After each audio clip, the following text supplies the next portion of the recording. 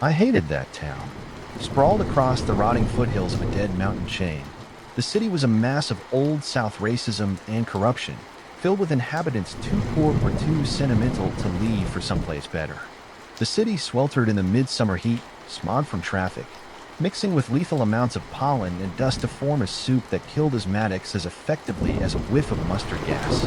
I'd acquired a sum of money from a job a few months back, and my needs were modest, so I had nothing better to do than hang out at the fountain downtown or at the coffee shop nearby. I met Charlie first when I noticed some truly phenomenal photographs on his laptop. They were all beautiful, decayed structures, some of which I'd seen around town. Charlie never made eye contact, as he explained in his mild, halting speech that he didn't take the photos. Those were Jack's, but he handled setting up Jack's website a few evenings later. I was sitting on the floor of Jack's tiny apartment, drinking beer and talking with a small group of kids that were most excited by abandoned and condemned buildings, fire hazards, and other signs of urban decay. They called themselves urbexers or urban explorers. The leader of the group, Jack, was passionate about his photography and was working his art into his college thesis. Jack was tall with a surfer's build that could have landed him a contract to model for Abercrombie and Fitch if it weren't for his shock of unruly blonde hair. Jack's girlfriend, Annie, at first glance seemed to perform no function aside from looking very good and hanging on to Jack. I asked Charlie about her once, and he said that Annie was a very good listener, which is what Jack seemed to want. Shane was huge.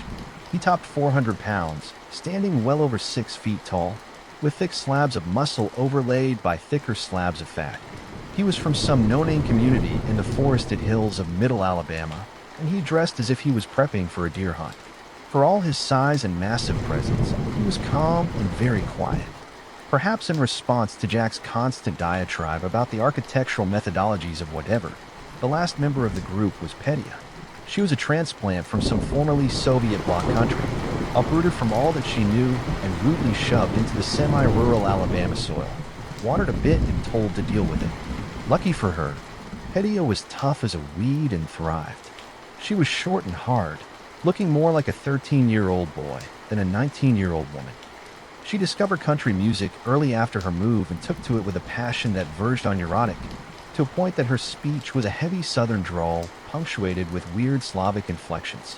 Jack's obsession was photography, specifically taking pictures of decaying urban structures.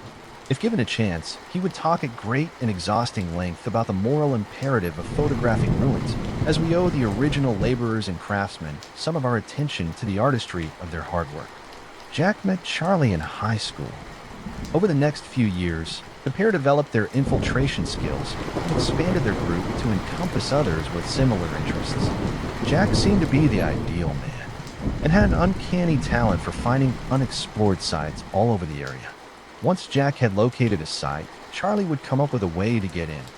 Not only was Charlie an expert locksmith, he had made friends with many of the librarians and city record keepers in the area, so he was often able to provide historical maps and records for the sites.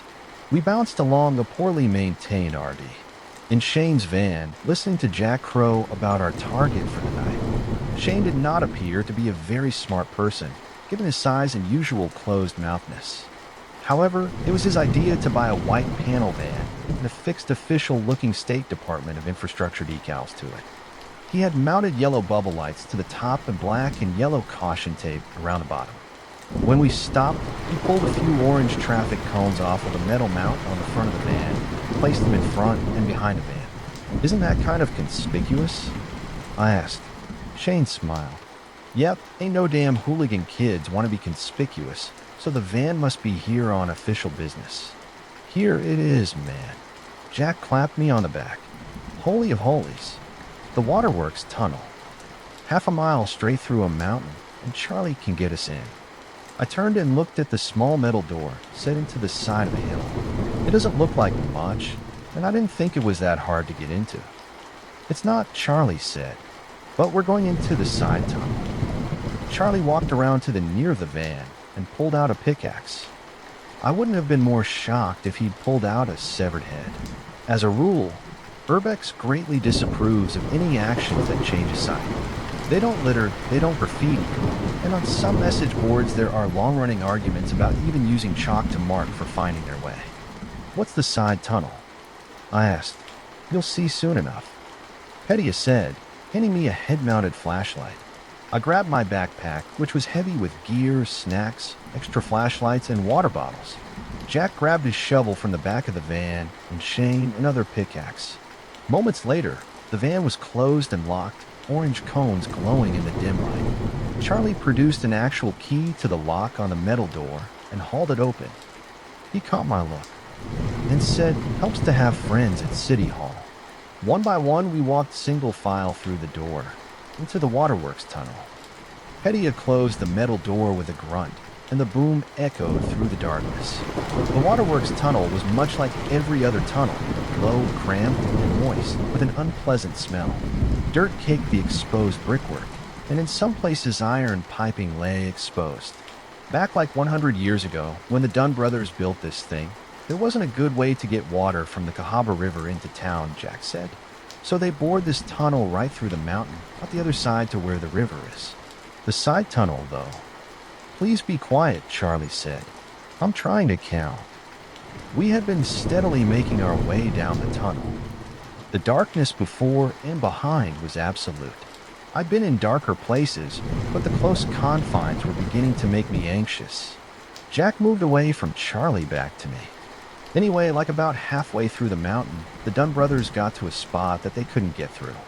They had to bring in heavier machinery, some kind of steam drill rig. You see how tight it is in here, man. They dug a tunnel off to the side, then they expanded it. They were under a deadline, like nearly about to lose their contract, so they made the miners work day and night. They actually set up a small camp in the side tunnel. There were sleeping areas with beds built right into the walls. They even had a small camp store. Well, eventually the miners got through the tough spot, and the Dunn brothers just walled up the side tunnel. Nobody's been in there since. Jack's words echoed sibilantly down the tunnel. Nobody until us, Shane laughed. It's bullshit, Petya said. There's no such thing as a side tunnel. It's Jack being full of shits again, like with that room under the fountain downtown. Hey, that was real, Annie said. He couldn't get the please be quiet guys, Charlie said, playing his flashlight around the floor inside the tunnel. Help me look for an iron valve or gear or something. We stopped talking and began looking around the tunnel. I followed the large iron pipe for a few feet and said, "Hey, is this it?" Charlie shined his light on the valve, then on a folded back photocopy of his map. "Yeah, that's it. Now, Shane, try that wall right there, right across from here. See if it's brick behind the dirt." The pickaxe was incredibly loud in the tunnel. "Good thing there's a mountain between us and anyone that might hear that," I said, holding my hands over my ears. Petya smirked and handed out ear covers from her backpack. Shane bashed the wall with a pickaxe a few more times, then scraped at it with the side of the axe. "Yep, that's concrete over brick right there," Shane said, pulling a crumbling red brick loose with his pick. Jack eagerly grabbed the sledgehammer. He and I took up positions on either side of Shane, and we began to hammer away at small spots on the wall several minutes later. Jack's sledge punched through the wall a few feet farther down the tunnel. "Hey, I'm through," Jack yelled. "Come on, help me." Shane and I moved near him, breaking the 100-year-old brickwork. Annie made a few feeble attempts at moving bricks out of the way until Petya shoved her aside. "You might break a nail." Petya growled and began stacking the rubble into two careful piles on either side of the widening hole in the wall. Charlie donned gloves and helped, and soon we stood before a small hole that appeared to open into another larger chamber. Charlie handed Jack the large spotlight. "After you, sir," Charlie said, bowing slightly and extending his arm towards the hole in the wall. Jack grinned and ducked into the hole, followed by Annie, Charlie, Shane, Petya, and finally me. From the other side, the bricked-over section was much larger than the small opening we'd made at nearly 6 yards across. There were a few wooden crates stacked on the sides of the tunnel, covered by dirt and dust-covered tarpaulins. The tunnel was narrow at first, but seemed to widen at some distance away. Its walls receded into the gloom out of the reach of the small, bright beam of light cast by Jack's spotlight. Jack moved the light around slowly, illuminating the side tunnel for the first time in over 100 years. "How big was this tunnel supposed to be?" I asked.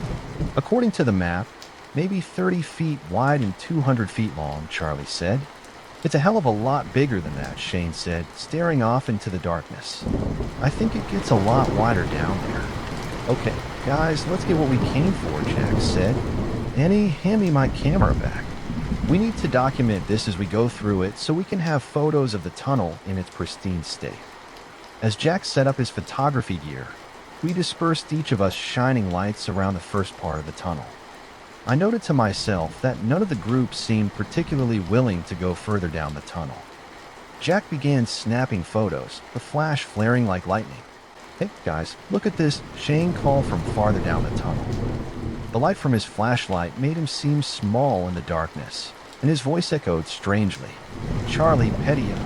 And I walked down the tunnel to where Shane stood. This isn't supposed to be here, Charlie whispered. I'd heard that line before. Hell, I've said it before. Suddenly, I was gripped with a panicky certainty that I should leave, drop my pack, ditch these fools, and run all the way to the doorway in the mountainside, open it, and keep running, maybe all the way to the ocean. I shuddered once, swallowed, and pushed it down. I had a job to do. Shane was standing in front of the first building of what seemed to be an abandoned town. I counted over 8 buildings on either side of a smooth dirt street extending down the tunnel. The buildings were crudely finished, with unpainted gray boards cracked and warped with age, but mostly whole. The cavern in which they stood was quite large, but the roof was low enough to see by flashlight. Jesus, Jack said, startling all of us. Quit that, asshole, Pettia growled, punching Jack in the arm. You scared the shit out of me standing here in a scary tunnel with Ghost Town. She got closer to him with a finger in his face. You're full of shit again, Jack. You set this up to pull a prank on the new guy. Yes, y'all knew this was down here. Jack backed up a step. Hey, back off. We had no idea this was down here. Are you serious? We had to break through a damn wall. How could we have known this place was even down here? The news articles I found did say they built a camp for the miners, Charlie said. The whole area was sealed up until we knocked a hole in the wall, and it seems pretty dry down here. So the buildings were basically mummified. Pettia rolled her eyes. Is exactly what we need, mummy bridges. She slugged Jack on the arm again and stomped off. Yeah, a camp, Charlie, Shane said. This ain't a camp. This is a whole town. There's, a dozen old buildings down here. I want to get out of here, Jack. Take me back to the van, and he said, and leaned on Jack in such a way as to press many exciting parts against him. Pettia rolled her eyes. We're not going back now, Annie. We just got here. If Jack is right, we're first. We're never first at anything. That seemed to steel Jack's resolve. She's right, Annie. This is the type of thing that landed me a National Geographic deal. Charlie glanced at Jack. Jack, all of us. Of course, man, we'll be famous. Let's get a shot of that building there, Jack said with a distracted look that indicated he was no longer thinking about the current conversation. Annie and Shane cautiously investigated the shack on the opposite side of the tunnel. Pettia and I walked down the tunnel past the first few buildings to a larger clearing. The center of the clearing held a large stack of ancient, mostly burned wood in a circular fire pit. A few rusted metal cans lay scattered around the pit. To the left and the right of the fire pit, tunnels extended and disappeared into the darkness. I'd done my research for months, looking in the basements of dusty college libraries and used bookstores, scouring thrift stores, yard sales, and once I got to Birmingham, reading the papers, looking for reports of the missing. I had more doubts than clues, with only the scars upon my face as evidence that the thing I sought was real and not a paranoid fantasy of my own making. I knew I was in the right place when I saw what lay in front of us. At the end of the side tunnel, carved into the raw rock wall like some hillbilly Petra, rose the face of a large building that could only be a church. The carvings had a crude look to them, columns and lintels hammered out of the stone, with minors chiseled by men who might have seen a drawing of a Roman column in a newsprint. Crosses decorated the facing at various points, but my eyes were immediately drawn to the symbol above the only door. I recognized the symbol's loops and angles, but only in reverse, as I've only seen it in one other place, my own mirror, as a faint white tracery only visible now, under the bright glare of the light reflecting off the scarred skin of my forehead. At that moment of recognition, as if in sympathy, my scars began to itch faintly, but the itch was there, a subtle warning. Get out. I knew I should listen, but it had taken so long to catch the faintest trace of the trail. Hey, look, a cave. I wonder what's inside, Petya said with a knowing smirk. She shouldered her pack and walked into the doorway. I had no choice but to follow her. The doorway opened into a small, low tunnel carved out of solid rock. After a few feet, the tunnel turned sharply left and turned again to the right, then opened into a larger room with a downward sloping floor. The remnants of wooden pews sat rotting silently on either side of the narrow aisle leading down to the front of the room. At the front, a few larger leather sacks leaned against a round structure that appeared to be an altar. As we moved closer, Petya let out a stifled squeak and stopped. She glanced at me, but I already knew. The leather sacks were in fact the desiccated remains of 3 people, hunched headless and kneeling at the altar. I stepped closer. What I'd originally thought of as an altar was in fact a pit or a deep well, its bottom hidden far below. Bodies? Petya said. A sidelong glance at her face showed me the shocked, bruised look about her eyes. She grimaced, then shouldered her pack. Jack will not be happy about this. Urbex hates finding bodies.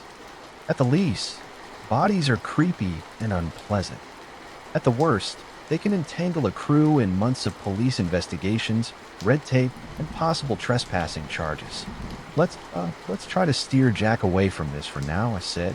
In fact, let's head back. Petya nodded, and we left the church, Petya glancing over her shoulder at the well. When we arrived back at the clearing, Jack was missing. And he was furious. Eyes rubbed red and raw, upbraiding Charlie and Shane. That's rule number 1, Shane. Stick with your buddy. You guys act like I'm just eye candy. Treat me like I'm Jack's Barbie doll who can't do anything. But I've been on more crawls than either of you two in the last year. Where were you, Shane? What were you doing? Shane stared at the ground, scuffing the dirt floor of the tunnel with his work boots. We were just... Look, this isn't helping. We need to find Jack, Charlie said. He couldn't have gotten far. He's probably down the tunnel taking pictures. You know how he gets when he's found a good subject. We spread out. Annie ran to the entrance but saw no sign of Jack. I checked a few of the wooden structures but found nothing. When we reached the end of the side tunnel in front of the church, Charlie wanted to check inside. Petya and I just came from inside there, I said. I glanced at Petya, who shook her head. She knew as well as I that the revelation of the 3 mummified corpses in the church would send the rest of the crew into a panic. If you want, I'll run in and check. Go look in these other buildings. I'll be right back. Charlie rounded up the others and walked down the tunnel to the right, calling Jack's name as they went. I turned and walked back into the church. As I followed the tunnel's turns, I noticed light shining from the well room. Dreading what I would find, I walked into the small room and found it as Petya and I had left it empty, save for the 3 mummified bodies clustered around the well. In Jack's large spotlight, positioned at the top of the well, Shane said, in that peculiar southern way that splits a single-syllable world into 7 or more syllables. He peered into the well, but his flashlight was unable to pierce the gloom at the bottom. Looks like Jack's exploring without us, I said. We should probably go down after him. I don't think that's a good idea, man, Charlie said, visibly shaking. The whole group was the 3 headless, mummified corpses squatting near the well did not help ease the tension in the room, and the group was decidedly angry at Petya and I for not mentioning them. You're going in there after them, Charlie, and he said. You owe it to him, and if you're too afraid to go, I'll go. We all go, Petya said. I've seen scary movies. We don't split up. Splitting up is when monsters get us. She shoved Shane out of the way, adjusted her headlamp, and began the descent. Annie followed, then Shane, and then Charlie. I climbed down the well shaft after the others, leaving that strange church in near darkness, illuminated only by the cold green glow of a few long-duration chem lights left at the top of the well. I've been lost in the dark before, and a little extra light can make all the difference. The tunnel at the bottom of the well smelled like blood. The others noticed it, and Charlie began some tentative explanation about the amount of iron were in the walls, but then trailed off. They could sense the wrongness of this place. Under the pervasive smell of rust and blood, there was another fouler stink. It wasn't so much a scent, but the memory of a scent, a recollection of the odor of something horrible that once passed this way and might yet come again. When we reached the first intersection, Charlie asked us to stop. He fished in his backpack and pulled out a can of highly reflective spray paint. "Charlie," Shane said, "Urbex doesn't leave traces. Worst case, they use chalk because it washes away with water. They don't spray paint anything. Screw this place, man." Charlie popped the top, shook the can, and sprayed a large arrow on the tunnel wall, pointing back to the well. "Screw it in here." Petcha startled us all with her cackled laughter. In my ear, "Good one, Charlie." That set the rest of the group off and for a time eased the growing fear. We turned to the right and followed the new tunnel, periodically calling for Jack. The tunnel forked, split, and forked again. "There's miles of tunnels down here," Shane said. "How the hell are we going to find Jack in all this? He's not leaving any markers, and the floor is too hard to see his footprints." "We'll find him," Charlie said. "These tunnels have to go somewhere. What I'd like to know is why they're here." At first I thought this was a coal mine, but there's no bracing like I expected, so I thought maybe it was a saltpeter mine that would explain the lack of bracing. And the crazy tunnels. But I haven't seen either on any of these walls. None of this makes any sense. Annie, who had been quiet for a while, stopped. "Guys, I saw someone up ahead." "Jack," she yelled and ran forward. We followed, running in a stooped half-run so as not to hit our heads on the low tunnel ceilings. Annie called for Jack as she ran, gradually outdistancing us with her frantic pace. Up ahead, in the gloom, we saw her pause, turn her head to the left, then lunge down a tunnel branch. Annie slowed down. Shane yelled, even though the air was cool and the tunnel sweat beaded his face. We heard a thin shriek and then sobs. "Annie," Shane yelled again. We found Annie sitting on the floor of a room, the first of its size that we'd encountered. The floor was hard-packed earth, like the rest of the tunnels, but there were a few old wooden boards scattered around. Her pack was open in front of her, and she was muttering a quiet stream of obscenities. She had removed a boot and was wrapping her foot in gauze from a first aid kit. "Sorry, guys. I tripped over a damn board. I guess I was going too fast. I didn't watch where I was going." Shane and Charlie hurried over to her, plucking like upset hens. Charlie pronounced Annie's ankle sprained. "I guess we should take a rest break," Shane said. "What time is it?" "About 3 o'clock in the morning," Charlie said, looking at his watch. "It feels like we've been down here for hours." "We should go back," Pettia said. Annie shook her head firmly. "No, I'm not leaving without Jack." "Look, Annie, I know you thought you saw him," Shane said. "But we don't even know if he's down here," Charlie said. "Yes, he is. We saw his spotlight at the top of the well," Annie said. "I know, but that's just it," Charlie said, taking a bite of a protein bar. "Jack's a pro. He wouldn't come down here without us. I've been thinking, what if we have it wrong? What if he left the spotlight behind while he went to find us and we somehow missed him?" "Oh my God," Annie said. "I bet he's terrified. Someone needs to go back and leave a note or something." As she tried to climb to her feet, her ankle turned, and Shane and Charlie both caught her. "You're definitely done exploring," Shane said. "All right, I'll take Annie back to the van. We'll leave notes for Jack along the way." "And Charlie," Shane looked down. "I think it's time to call the cops." Charlie blew out a compressed breath. "Jack's gonna be pissed." "Yeah, he will. But he shouldn't have run off like this. And there's bodies down here, and we have an injury. You want to keep going on these field trips? We better play by the rules." "Give us 3 more hours, Shane," I said. "If we can't find Jack by dawn, no problem. We'll pack up and head to the entrance and we'll call the cops. But I think we'll find it before then and call Roberto," Charlie said. Shane tightened his jaw. Roberto was Shane's ex, and they'd had a bad breakup. But Roberto was a long-term detective on the city's police force who could smooth things over for the group. "I know you're still pissed at him." but we need his help. Shane helped Annie up. She leaned on him as they staggered out of the room. I could tell from the set of Shane's jaw that he was pissed, but I knew Annie would make him call the cops. So I had 3 hours, maybe less. I hoped it would be enough time. I knew I might be able to break back into the side tunnel in another month or so. But my guess was that the site was about to become very popular with a lot of different people. I clenched my fist. I was very, very closer than I had really ever been. I was not about to let this opportunity slip away. I stood up, dusted off my jeans, and gathered the few items I'd pulled from the pack. Time to go find Jack. There's a lot of branches and tunnels down here, so remember to mark them, Charlie.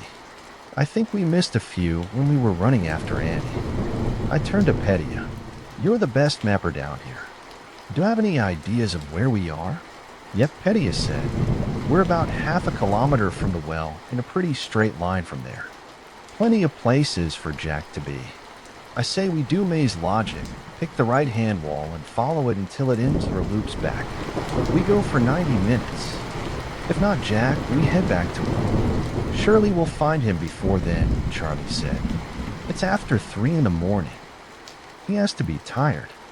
There couldn't possibly be anything that interesting. Charlie stopped, turned his head. Then I heard the screams. Mentally, I was prepared for this. I knew that I'd made a conscious decision to lead these kids into a trap and to use them as bait. I rationalized that by putting a few people at risk, I would be ultimately protecting many more.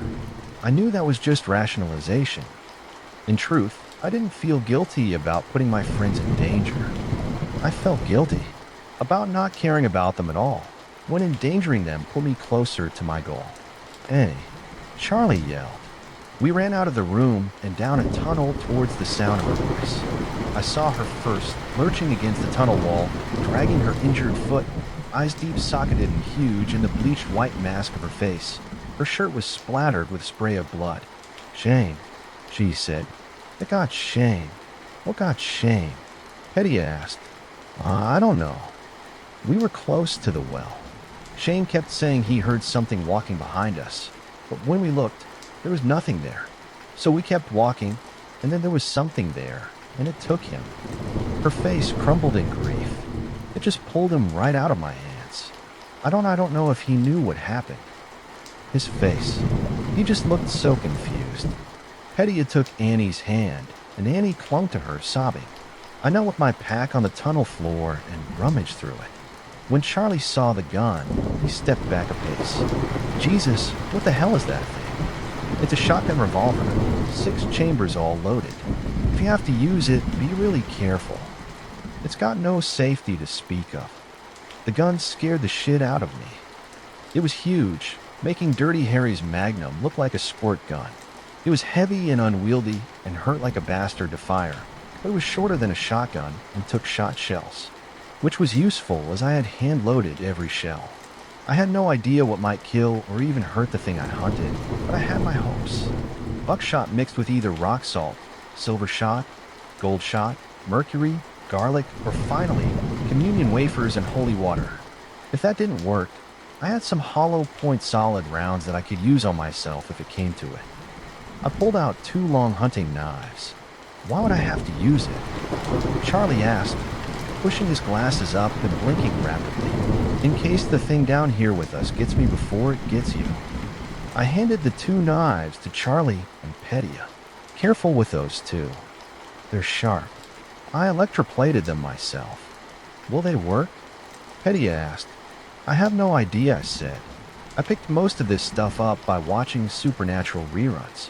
I'm making the rest up as I go. We're so screwed, Petya said and shook her head.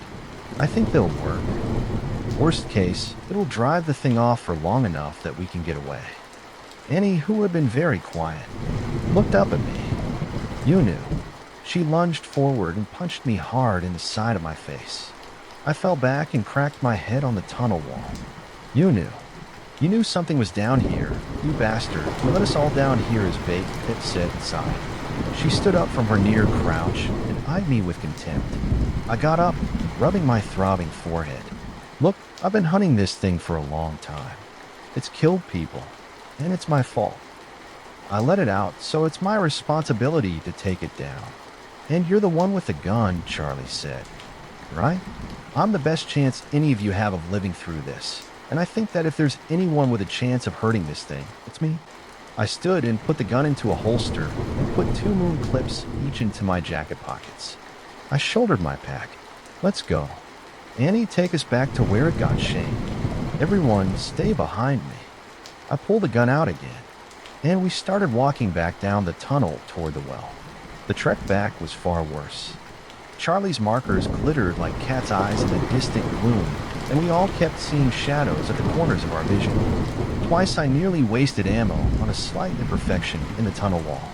The weight and bulk of the shotgun pistol made it extremely uncomfortable to carry for any length of time, so I eventually settled for keeping it in the holster, pulling it out any time I thought I saw something. We could see the handholds of the well when we reached the area where Shane was taken.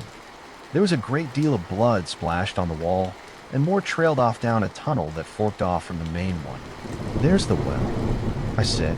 You 3 take the knives, climb up, and get out of here. Call for help. I'm going after it. I'm not leaving without Jack, Pettia said. She looked at Annie, then looked away. I remembered the way Pettia looked at Jack when she thought nobody was looking at her. Fair enough. I think we all know Jack's not. Jack didn't make it, Charlie said, wiping his eyes. But I'm not going without Shane, or at least finding out what happened to him. He turned away, weeping silently. We're coming with you, Annie said. I'm not leaving without Jack either, or at least without knowing what happened to him. And like Petcha said, we don't split up. You saw what happened to me and Shane when we went off on our own.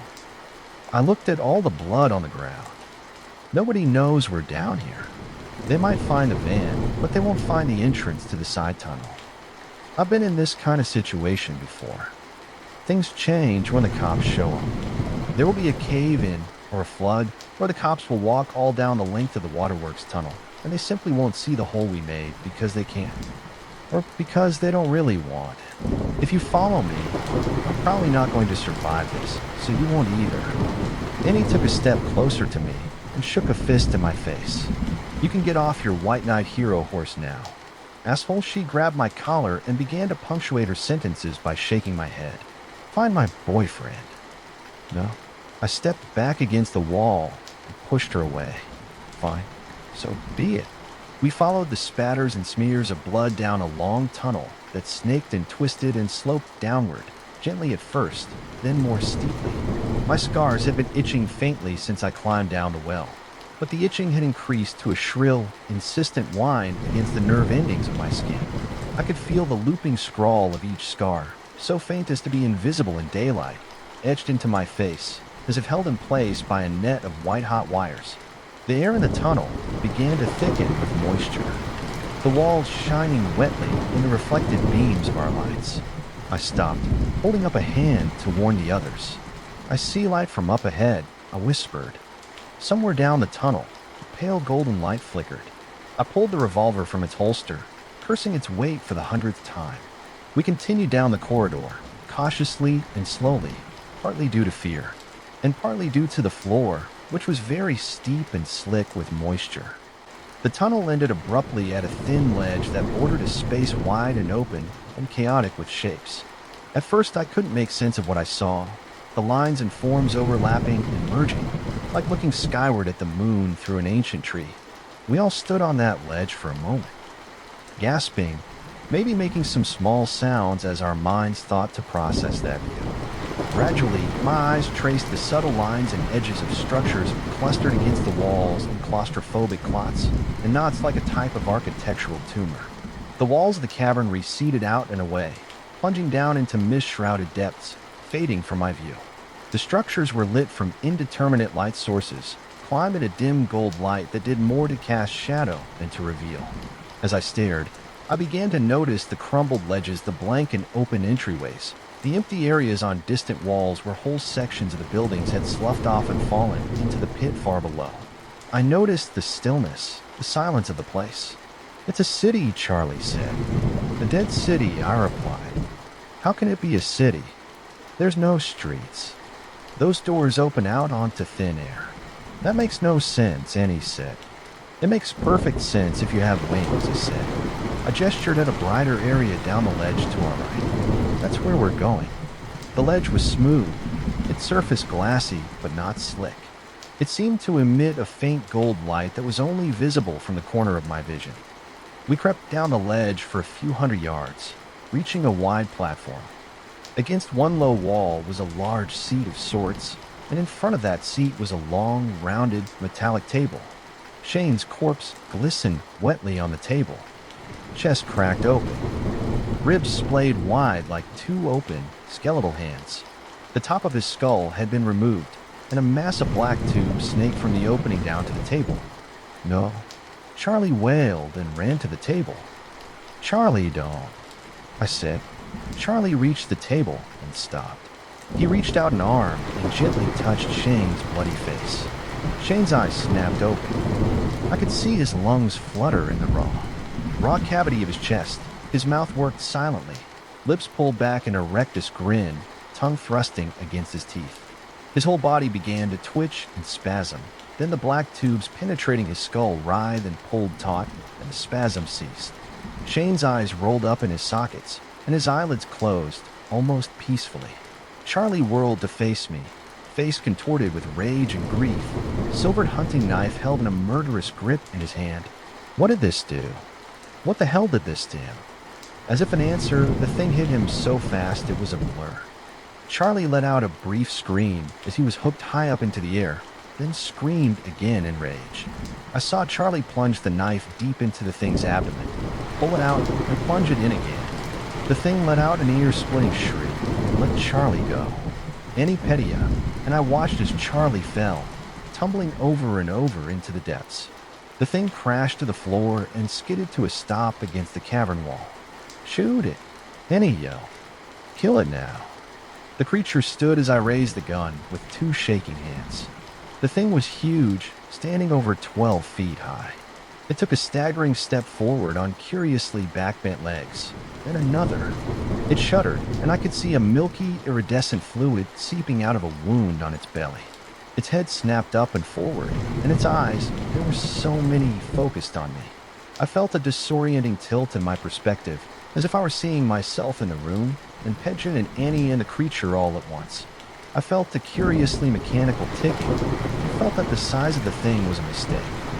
It was much, much larger than it appeared. The creature spread its wings, 2 or 4 or 6, feathered and broad and black and leathery, tipped with hooks and talons, and flapped them once. Its scent billowed over all of us, the scent we smelled in the tunnels, acrid and dry, like oranges rotting in the desert sun. It came closer to us, and I felt it outside my mind, a pressure that was immense and cold and horribly, inhumanly logical. I waited, even though I could hear Annie and Petja screaming behind me, screaming for me to shoot the thing. My scars were now twisting and rippling on my skin, white hot and reaching a point so far beyond pain that I couldn't name it. I focused on that sensation and steadied my aim. The gunshot thundered deafeningly loud in the silence of the dead city. The shotgun revolver kicked viciously in my fist, and I nearly dropped it. The creature had closed nearly half the distance between us. It stopped, and some of its eyes seemed to blink. One of its wings seemed to droop, and I saw that my first round of rock salt and buckshot had punched a small ragged hole through its leathery membrane. I braced and fired again. The creature recoiled with a scream as the silver shot ripped open a jagged swath across its chest. I fired again and was rewarded with another scream. It was so close that its stink was suffocating. I fired again and again, the thing reaching out for me with so many arms, its wings fluttering so fast, they were a blur. Then, it had me. 2 of its arms clutched me around the waist and pulled me up and close. 2 more arms reached up with taloned hands, black and scaly, crusted with impossible jewelry, and clasped both sides of my face. It turned my head from side to side, almost gently, and then looked deeply into my eyes. Of the many things I saw in those huge golden orbs, with their rings within whirling and spinning rings, the worst was recognition.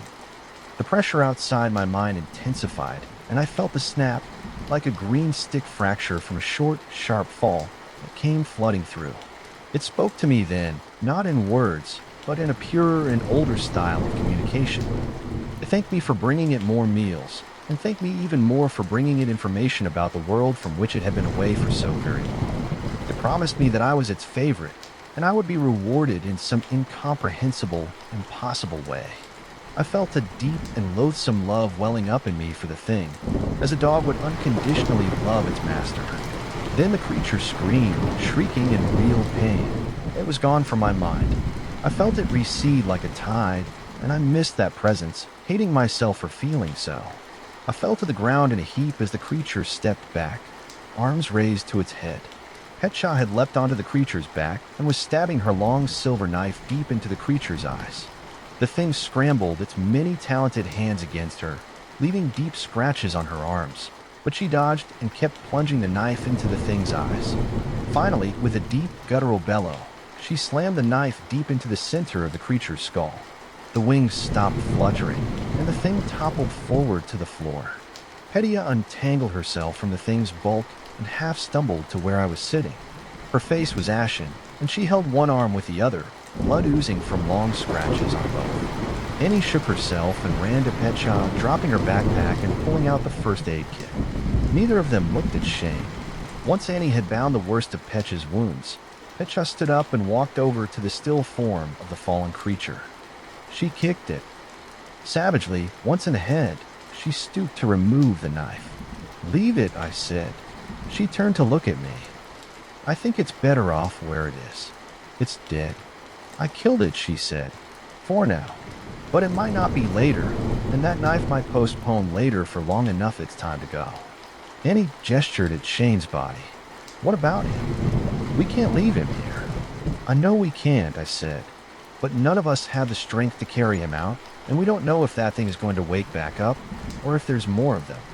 That seemed to motivate Annie and Petshaw. Annie packed up her first aid kit, and we left the dead city by way of the tunnel from which we entered. I thought I saw the dim golden light growing fainter as we left, and that made me feel a slight bit of hope.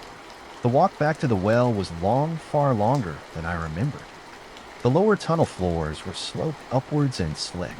Annie and I both fell at least twice, which did nothing to improve my headache or Annie's sprained ankle. Petshaw had lost a shoe in the fight, and he'd kicked off the other one before leaving the cavern. I thought about that shoe a lot while walking out of those tunnels. I wondered what some future explorer would think upon discovering that platform in a dead city of angels, and on that platform, the creature's corpse and a single shoe. When we reached the well, I realized something had changed. I could see light at the top, much brighter than the few chem lights I'd left behind. Annie saw the light and began to shout for help. A familiar voice sounded down the well from the top, and this silhouette of a head blocked the light. "Annie, what are you doing down there?" Jack yelled. After much hugging and crying and kissing and a fair amount of punching, we got out of the well and back to the entrance of the side tunnel. Petra was unable to climb due to her injured arm. Jack and I helped get her out of the well using a Swiss seat he fashioned out of a rappelling rope. Annie was able to climb out of the well on her own, putting minimal weight on her injured foot. According to Jack, he left his spotlight at the edge of the well as a light source for some incredibly amazing photographs. Midway through, the cheap Zeiss lens somehow fell off of his camera and shattered on the stone floor. In a panic, he ran to the tunnel entrance to find a replacement, only to realize that he'd left his case of spares back at the van.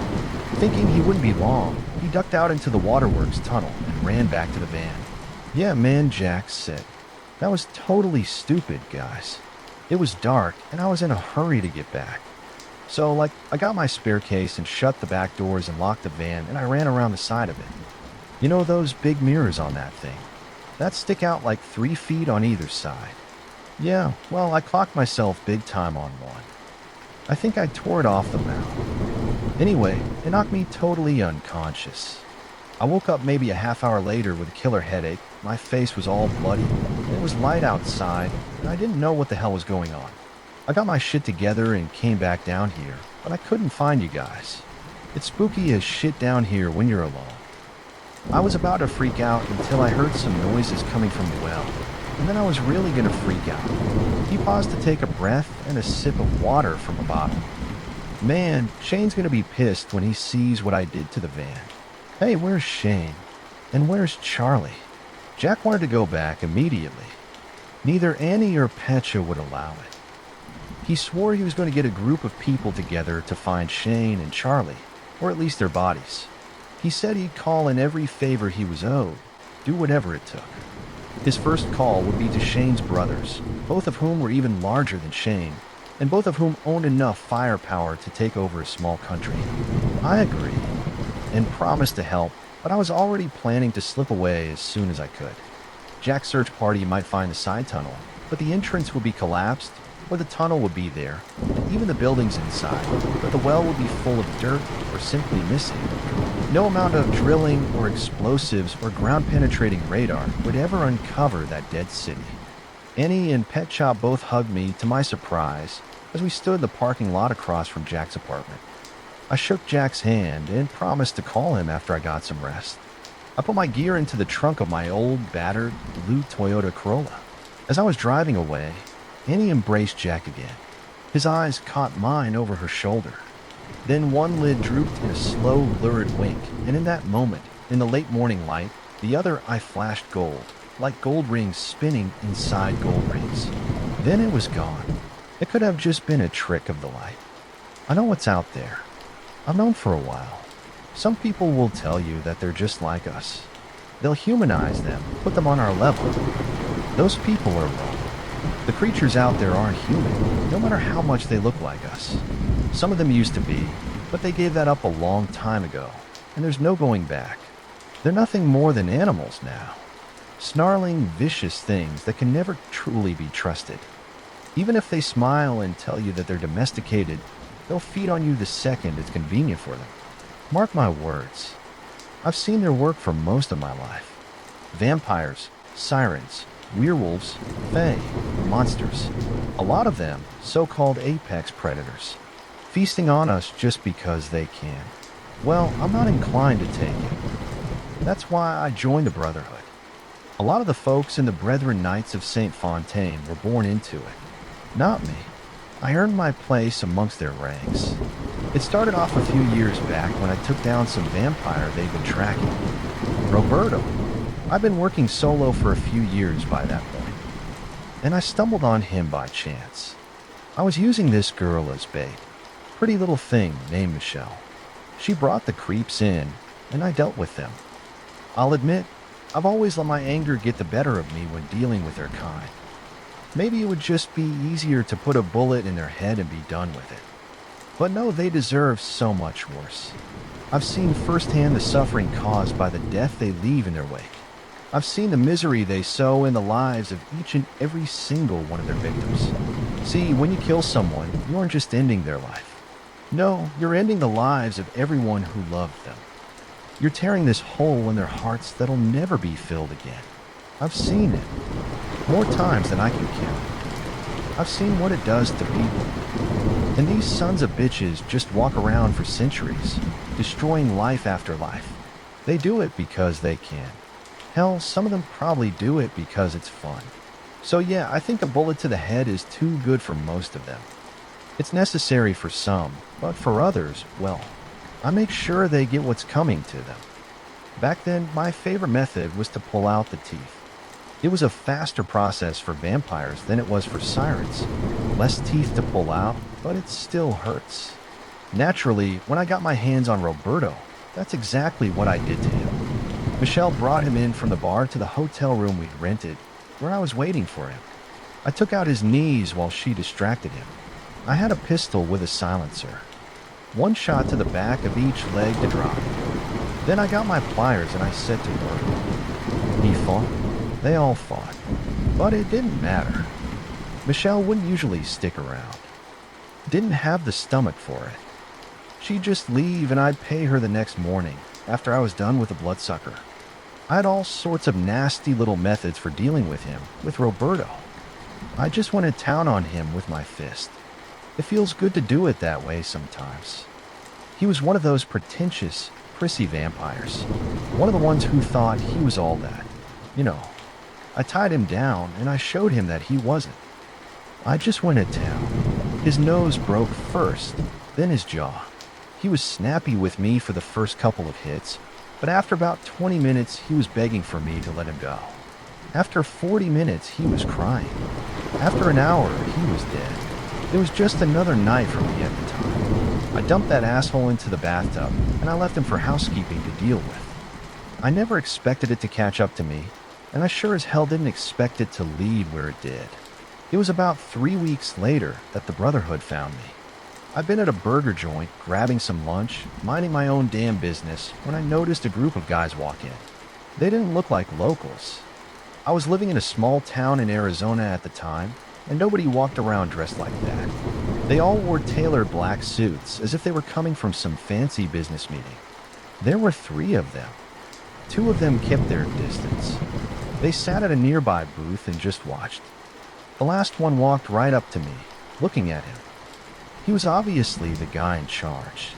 He was somewhere in his 60s and bald, but he carried himself with this importance that was kind of hard not to admire. Without asking, he pulled out a chair across from me and sat down, folding his hands neatly in front of him.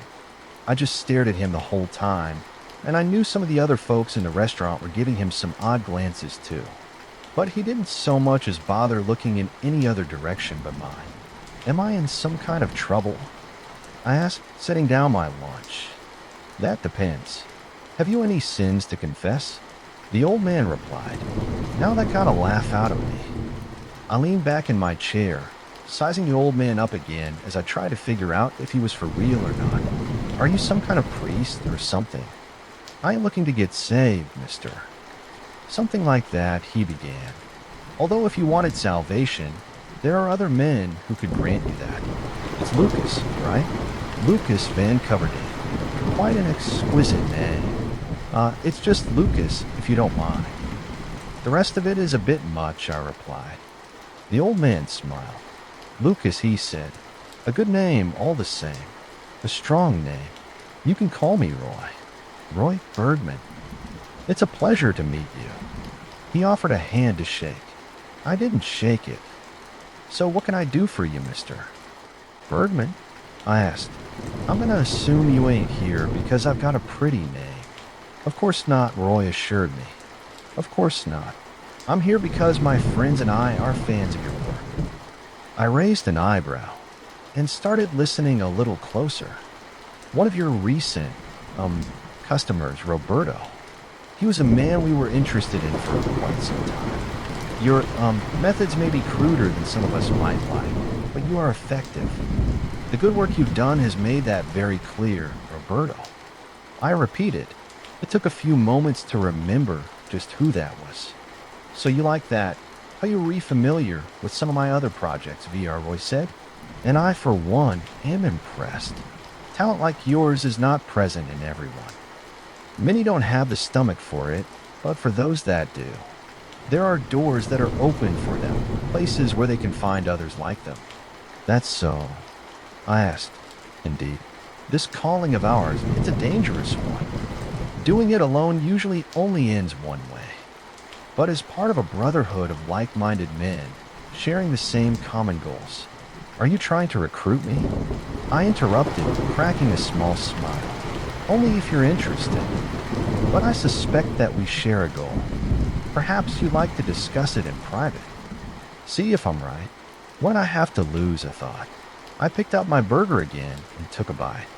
Before glancing at Roy's buddies, sitting a few tables away. The security detail for both of us, he said. We both have enemies. Experience has taught me it's better to come prepared. I'll bet, I said, polishing off the last of my burger. Hey, you got a place we can talk shop then? Roy looked back at me, a small grin tugging at the corners of his lips. Why don't we go for a ride? I'll tell you everything. I told him to lead the way. As we left the burger place, Roy led me towards a black SUV parked out front. His buddies got in the front seats. Roy and I sat in the back. So I asked, tell me about this little club of yours. Then I'll tell you if I'm game or not. They're an old organization, Roy replied. We've christened ourselves as the Brethren Knights of St. Fontaine. Okay, so what? Are you some sort of religious group, then? Yes and no. You could call us a splinter group. The original Brotherhood was born in the years after the fall of the Knights Templar. See, even while their brothers burned for crimes they'd never committed, some of the remaining knights refused to give up their holy missions. So they renounced the church, went underground, took on a new name, and continued their holy mission. Or so I'm told anyways. Not a lot of records left of how it all started. But what I know for sure is that they all did God's work. They became increasingly aware of the devil's children roaming this world, and so they pledged themselves towards their eradication. That is how it has been since our order began. While many of our current members are still quite steadfast in their faith, it isn't a requirement. It used to be that membership was passed from father to son, but that isn't the way to keep it. Brotherhood alive. Never was, and we know it. We're in need of new recruits who know what they're doing and have the drive to do what is necessary. While once upon a time faith might have been a foundation of the Brotherhood, today it's less about God and more about man. Our mission is simple: to guarantee the survival and supremacy of mankind against those who would seek to destroy us. It's a dramatic way of saying we kill those who would kill us. Suppose I can get behind the simplicity of that? I said most can. Vampires don't care about God, and it doesn't require a holy man to kill one. Only a man willing to do what is necessary. Okay, so how do I get in? I asked. You want me to fill out a form or something? Roy just laughed.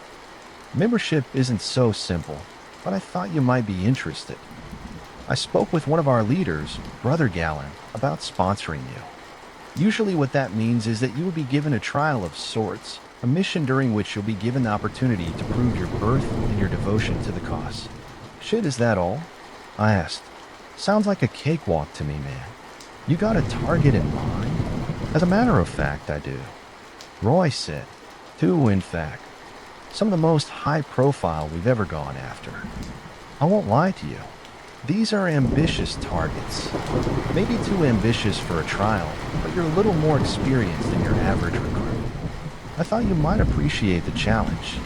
A lot of vampires. I seem to think of them like monarchs, queens.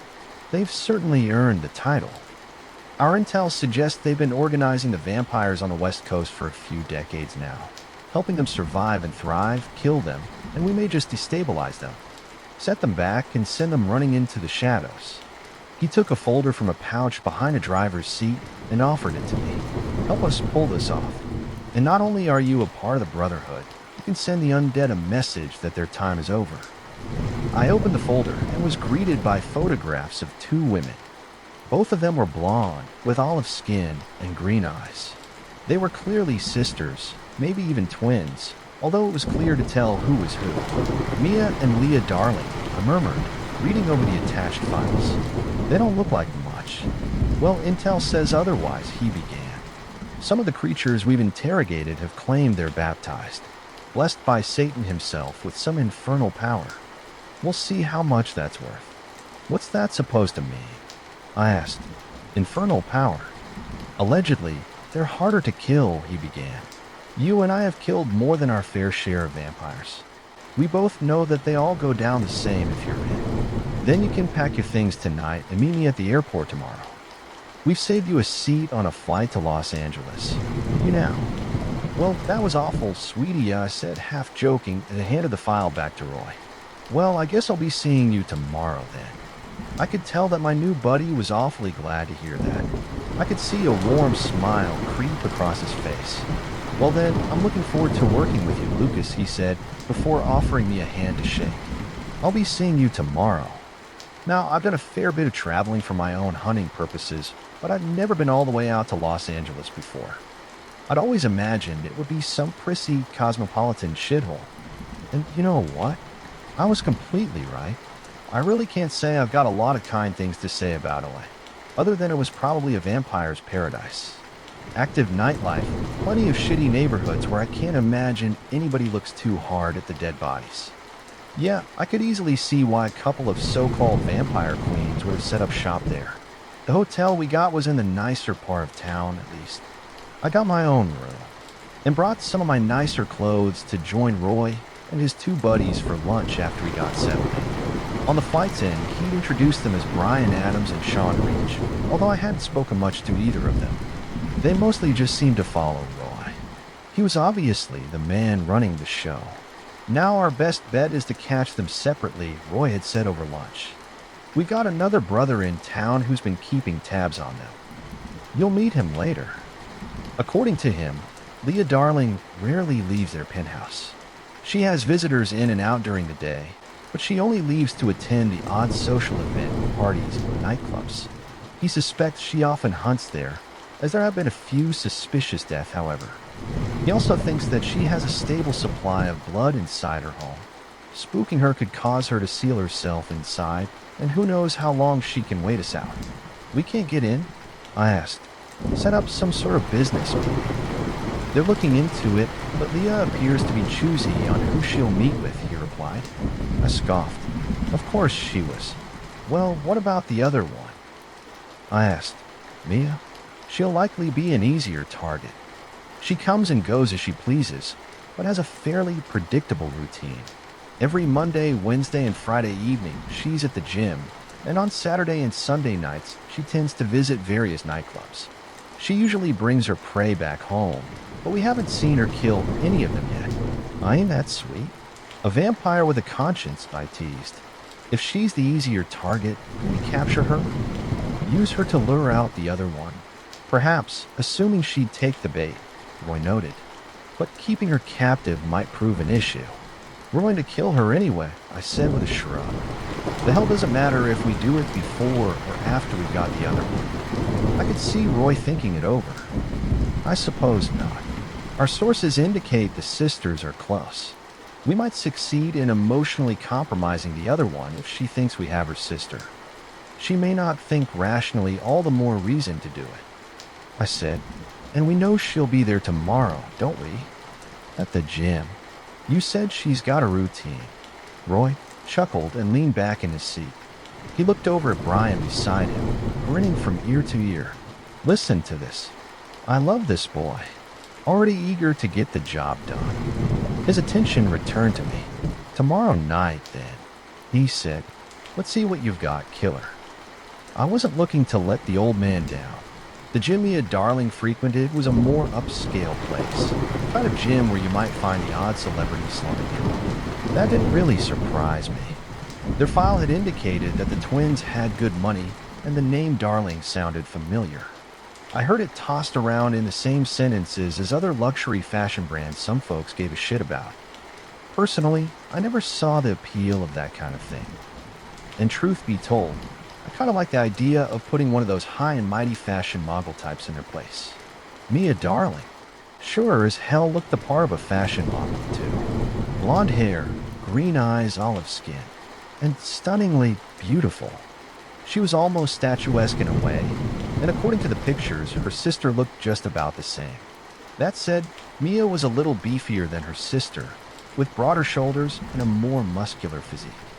Comparing her to Leah, who, judging by the pictures, was a scrawny little thing that looked like she could be blown over by a gust of wind, well, Mia was the one I'd have been more afraid of. She was doing body weights in one of the rooms when we got there. Push-ups, planks, burpees, shit like that. I dressed for the occasion, as had my escort. Brian and Sean had been sent along with me. Roy didn't fit in quite as well at the gym scene, and had instead opted to watch the door. Out of the lot of us, I'd say that Brian probably blended in best. He looked more at home in workout clothes and a baseball cap than he did in a suit. We picked some machines across from the room where Mia was doing her workout, so we could watch her and chat quietly amongst ourselves. So, how are we going to lure her out? Sean asked. Lots of witnesses.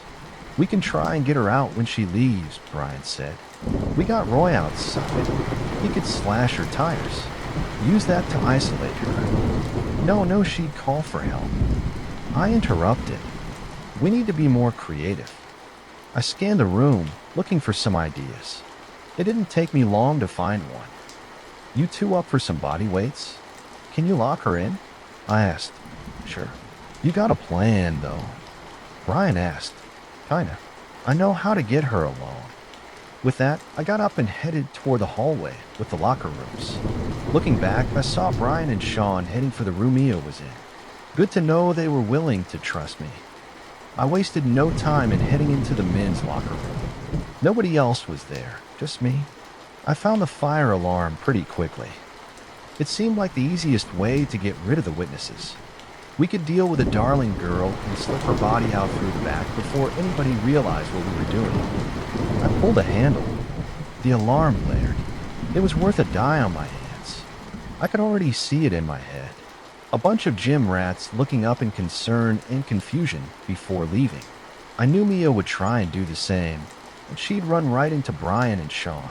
Best not to keep them waiting. A lot of the people were already at the door when I made it back onto the gym floor. None of them paid us any mind. Soon enough, we'd be well enough alone. Brian and Sean stood dutifully by the door to the room Mia was in. I could see a gun in each of their hands, and I pulled my own .45 from my sweatpants before joining them. "Sorry about the chaos," I said as I walked past Brian and Sean. I had to make sure we weren't disturbed, though.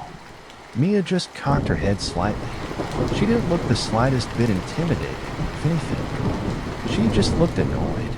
"Hell of a way to introduce yourself," she said. "So, tell me what this is about, or are you going to just shoot me?" I cracked a small smile. "Not much fun in just shooting you, is there?" I asked. From the corner of my eye, I noticed Roy coming in through the front door. He approached us slowly, walking in behind me. "Mia, darling," he said softly. "I've heard a lot about you, and yet I've heard nothing of you," she replied. "I'm being very patient right now, but my patience is running thin. What do you want?" "Oh, that's quite simple," Roy assured her. "I want what you're trying to take from us. Supremacy. I must admit, I never thought anyone would ever be able to organize those creatures, but you and your sister have done an admirable job." So that's what this is about," Mia said wistfully. "If you're concerned about vampires, then you and I really shouldn't be enemies. We want the exact same things as you do. Order, peace, safety.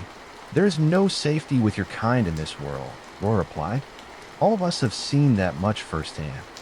Well, it's a difficult job, ruling over subjects who often view themselves as above law and morality. But someone needs to take control," she said. "I disagree," Roy said. "See, I think that what we need is a world free of you, your kind, your hunger, your corruption. So many innocent human lives are lost because of what you and your kind do. And yet here you are, telling me that you're looking to make it better. Empires aren't built overnight. You may not remember the way things used to be, but I do," Mia said. "Trust me. Without us, it would be worse," she said. Roy just shrugged. "Agree to disagree, then," he said, before waving his hand. "You know what to do." I was the first one to pull the trigger. The bullet struck Mia straight in the head, tearing away a chunk of her skull. Roy stepped back, letting Sean, Brian, and I open fire on her. I unloaded 3 rounds into her body. I don't know how many times Sean and Brian shot her, but she took a few steps back from the impact as blood spattered against the gym mirrors behind her. I expected her to fall, to collapse like a puppet with her strings cut, but Mia, darling, continued to stand.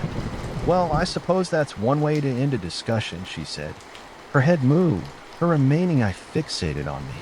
I watched as the blood that should have spilled down her face instead seemed to float outwards, droplets suspended in the air before they began to flow backward into her head. I watched as Mia's wounds healed, as if they hadn't even been there in the first place. Her body seemed to reconstruct itself. The chunk torn out of her skull seemed to mend itself back together, and the wounds on her body closed up as if they'd never even been there. "But I don't die like the others of my kind you've likely killed. You'll need to do better." I swore under my breath, and I raised the gun to fire again. But Mia moved so much faster. With blinding speed, she crossed the room. Sean went first. He fired, but she grabbed him by the wrist, twisting his arm and sending him down to the ground with a heavy thud. Brian went next. Just like before, she lunged for him with blinding speed and grabbed him by the shirt before hurling him towards the mirrors she'd been standing in front of a moment ago. I was the last to go down. Before I could react, Mia was just a breath away from me. I tried to move my gun, but I couldn't keep up with her. I felt her elbow me in the stomach before she lifted me off the ground and hurled me back down.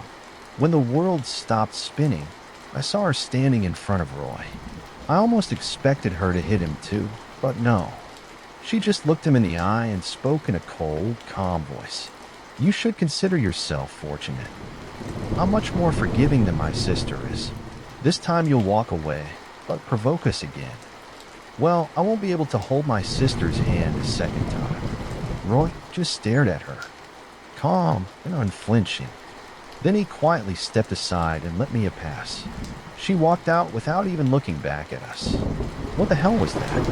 I heard Sean say. He picked himself up and was tending to Brian. Roy just watched as Mia walked out the front door.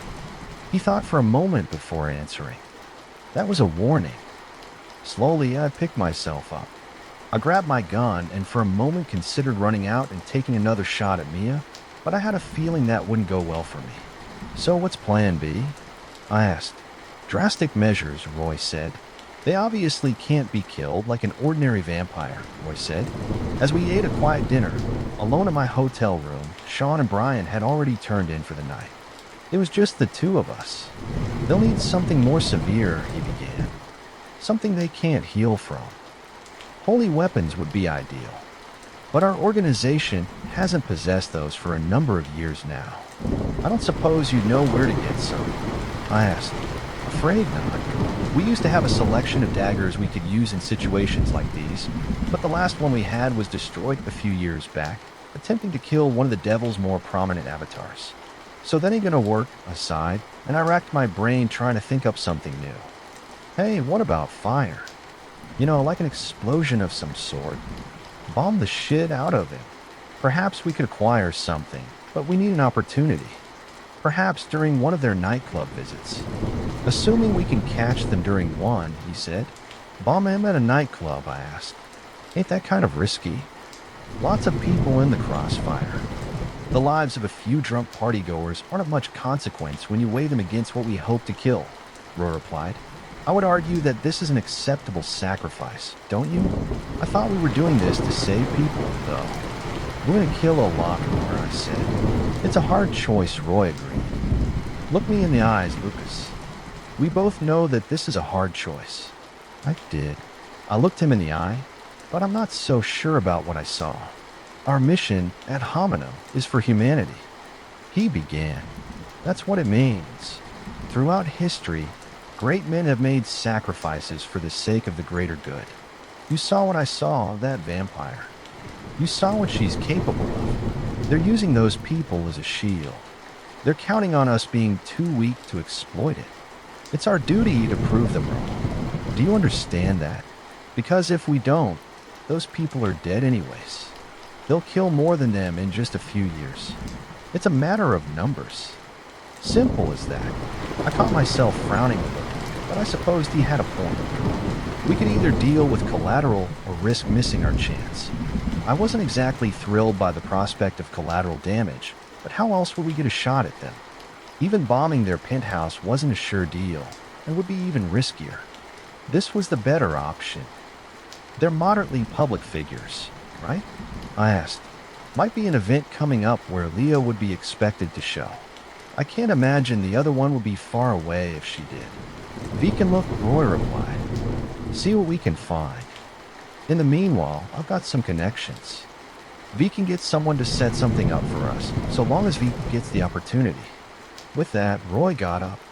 "We'll deal with it tomorrow. For now, I'm tired." He headed for the door before pausing and looking back at me. "Oh, and Lucas, despite today's failure, you did well. Be proud of yourself for that much." I nodded at him. "Well, thank you kindly, sir." I raised a beer to him, and then he was gone. The next few days passed quietly. I let Roy do what he needed to do. Me, Brian, and Sean focused on smaller jobs to keep ourselves busy, helping some of the local brotherhood deal with little threats here and there. Nothing special, but it was fun, I guess. It was after one of those little hunts when I got back to my room that I found Roy waiting for me. "Having fun?" he asked, half jokingly. "Having a blast," I replied. "You look like you got something to say, so you might as well say it." I'll keep it brief, he assured me. There's a party at the Ivory nightclub in 2 days. You're going to be there. I paused as I went to fix myself a drink from the minibar. The Darlings? I asked. He nodded. I've arranged for a package to be delivered to us tomorrow. Find a good place for it, somewhere close to the twins where it won't attract attention. Then a cold smile crossed Roy's face. Well, sounds easy enough, I said. I like your attitude, boy. If this goes off, you'll have officially earned your place among our ranks. Exciting, isn't it? He was right. It was. The night of the party wouldn't come soon enough. Roy and I went alone, driving in an SUV. He held a briefcase with him, one I'd never seen before. He didn't need to tell me what was in it. I could figure that much out myself. He never got out of the car when we parked in front of the nightclub. He just wordlessly handed the briefcase to me and offered me a warm, almost gentle smile. Make us proud, Lucas. I nodded at him. I had no intention of failing. I walked into that nightclub as if I owned a place, scanning the crowd for the twins. It didn't take me long to find them. Leah and Mia Darling sat together at a booth near the back.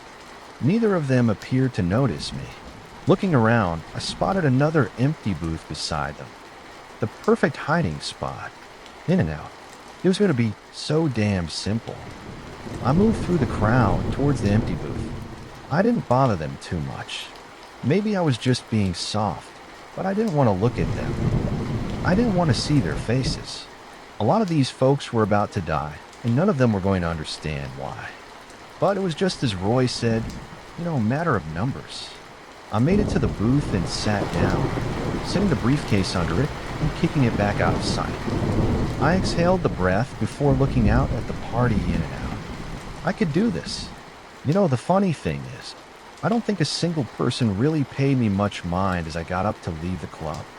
When I reached the door and looked back, the only ones who seemed to be looking at me were the Darling twins, still seated at their booth. I could see a look of resignation on Mia's face, with maybe a little bit of frustration.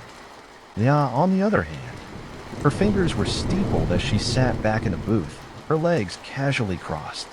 I couldn't figure out what the look on her face meant. Not at the time anyways. Looking back now, I realized that she was laughing at me. We were a few blocks away when the bomb went off. I heard the rest of it on the news. 12 dead. A lot less than I'd expected, actually. I was a little relieved by that. I'm no explosives expert, but looking at the video of the scene I saw in the days that followed, the bomb should have killed more people. Not that I'm complaining. The less needless blood on my hands, the better, right? Of those 12, I was hoping the 2 of them were the twins.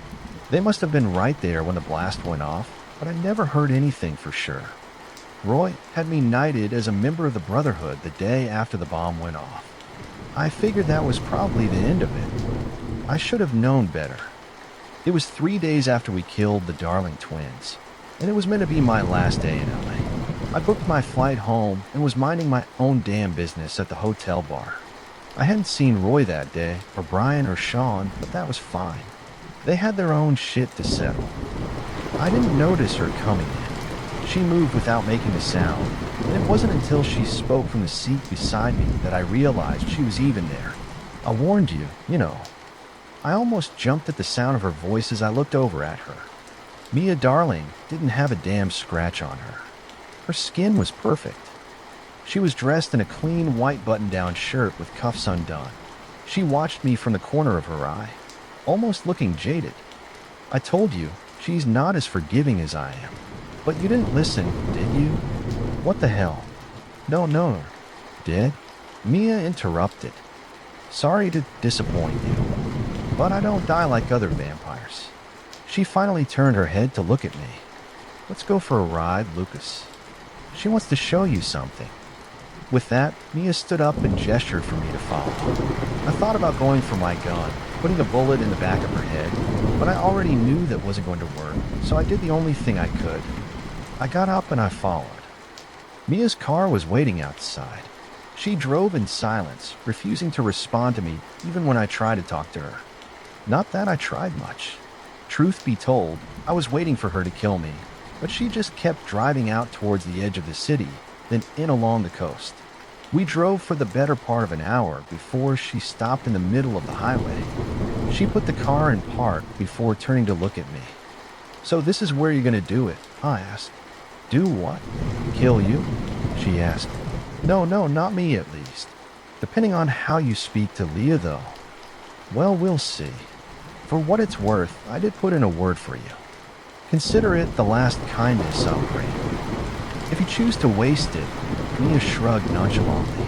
Well, then I've done all I can to spare your life, and you're the one who threw it away, not me. How generous of you, I murmured. You're welcome. Goodbye, Lucas. I hope this is the last time we see each other. I didn't respond as I got out of the car and looked around. It didn't take me long to spot it, but she brought me to see. They were lined up on the beach, about 15 of them, give or take crucifixes, each one carrying the body of a man. And beneath them stood Leah Darling, her hands behind her back as she waited for me. Slowly, I approached her. The new recruit," she crooned. "So you've finally come to join your new brothers. But it seems my sister has ensured I've no place to put you." "A shame? What? What did you do?" I asked. My voice cracked as I looked up at the crucified man. In the golden light of the setting sun, I recognized Roy, stripped naked and lashed to one of the crosses near the middle. Next to him, I saw Brian and Sean. I saw other men I recognized, other members of the Brotherhood, the very ones who'd inaugurated me just a few days before. Were it up to me, I would have hunted your organization down to the last man and strung them up here, she said. But my sister believes in diplomacy. So here we are. Welcome to my diplomatic solution. She extended her arms in the glow of the setting sun. She looked almost like a goddess, ready to unleash her wrath. Witness my generosity firsthand and share it with your Brotherhood.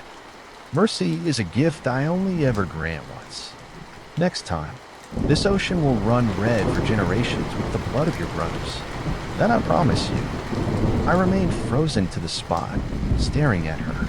I looked at the corpses of Roy and the others, still unable to believe they were dead, but I could see them. They were way past my help.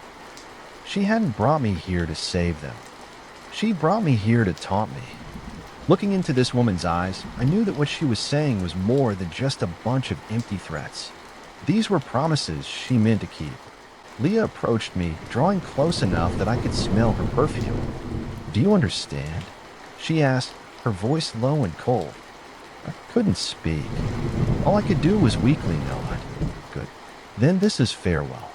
Make sure it's permanent. She brushed past me, heading to Mia's car and leaving me alone before the row of crosses.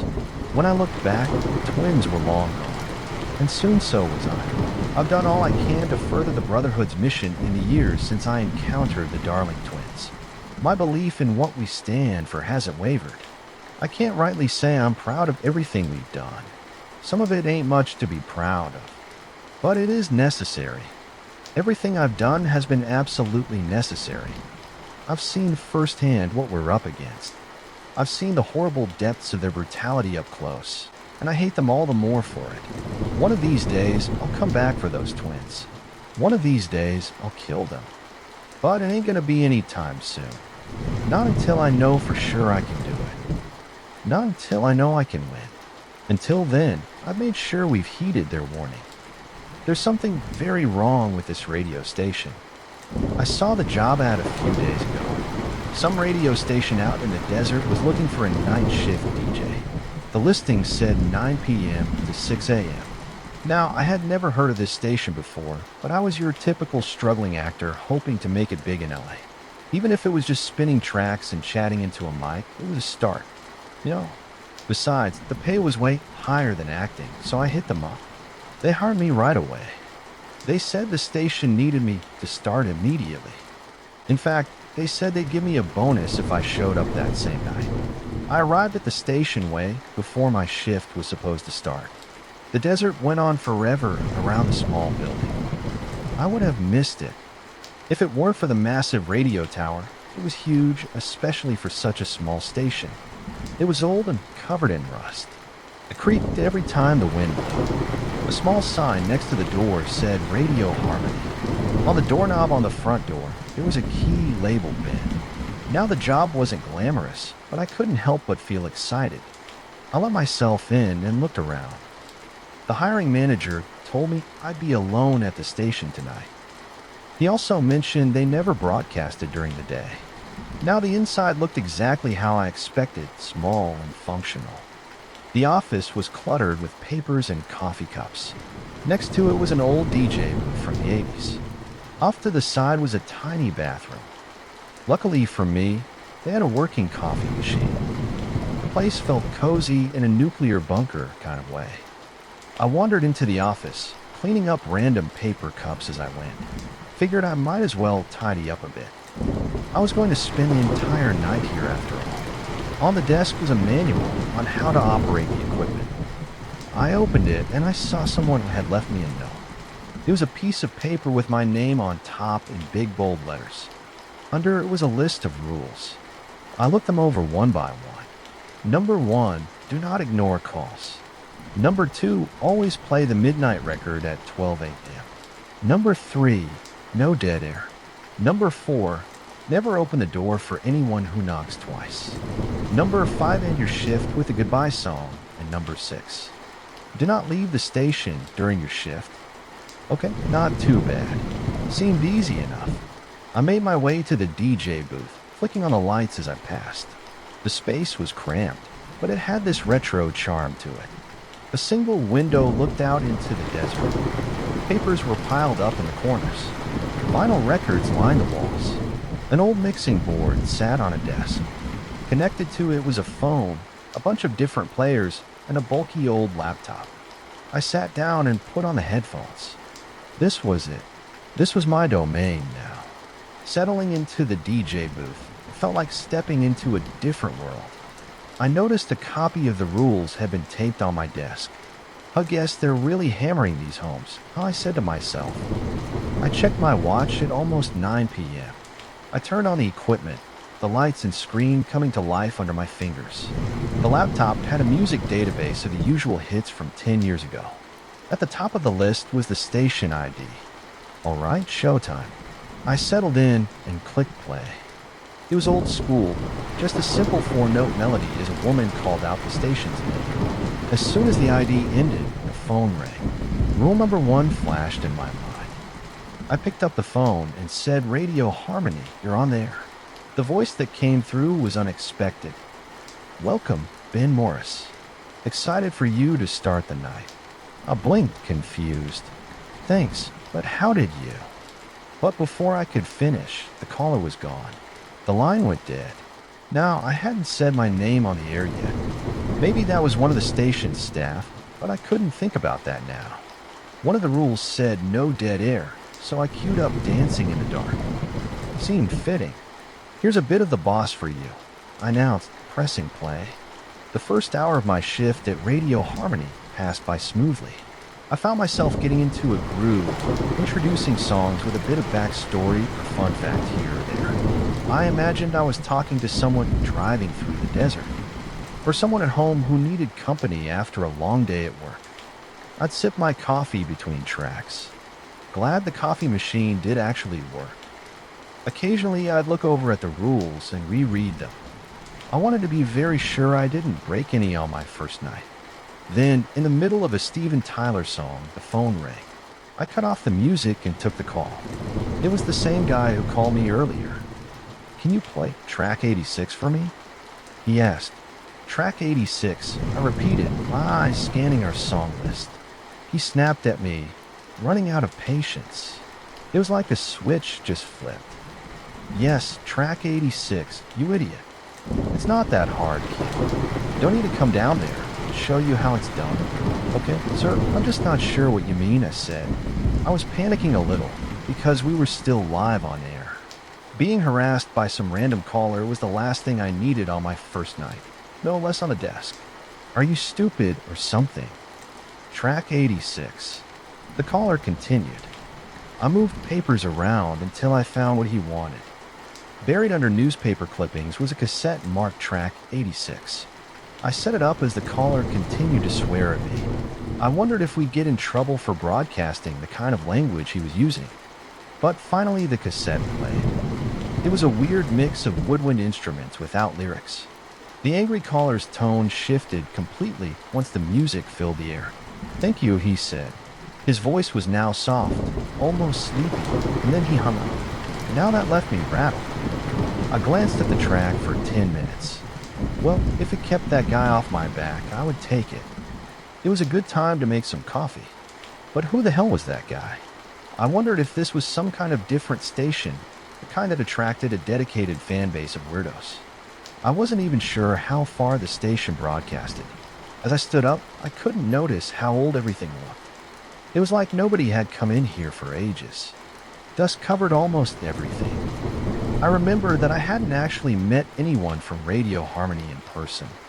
The only one I talked to was the guy who hired me over the phone. Said he was a former DJ. Was he the one who wrote out the rules? I got back just in time to catch the end of the weird song. The very second that it did, the phone rang again, and it was him, the same caller before he could say anything. I beat him to the punch. "Who are you? You get a name, my man," I asked. "Yeah, I'm the caller.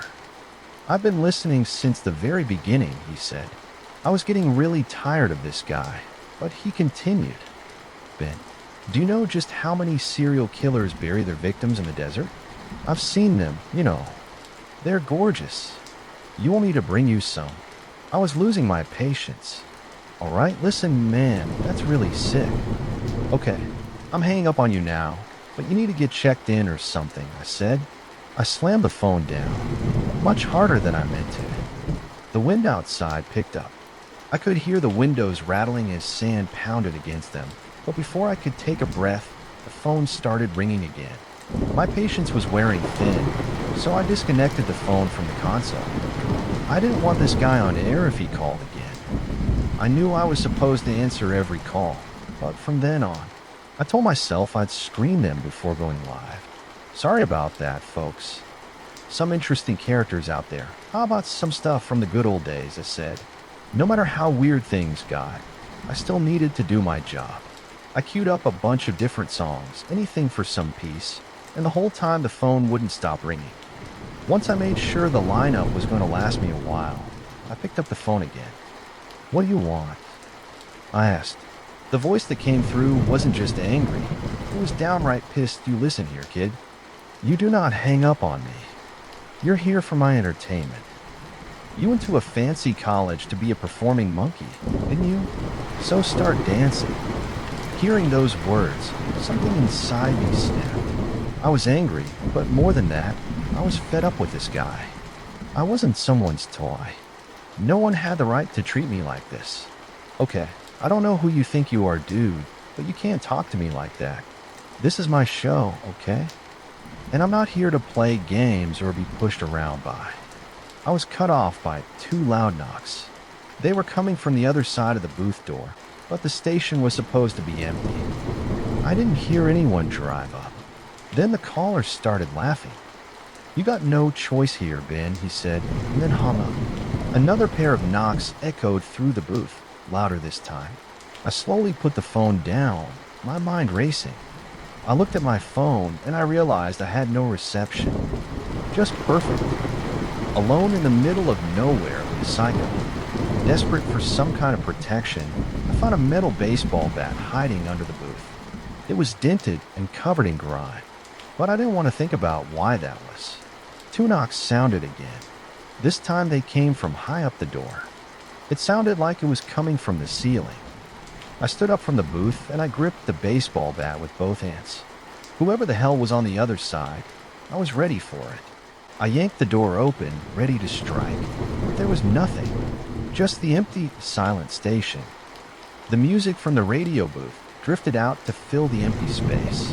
I still had 20 minutes worth of songs left before I'd hit dead air, so I decided to use the time to investigate. The bat felt heavy, but reassuring in my hand as I checked each room.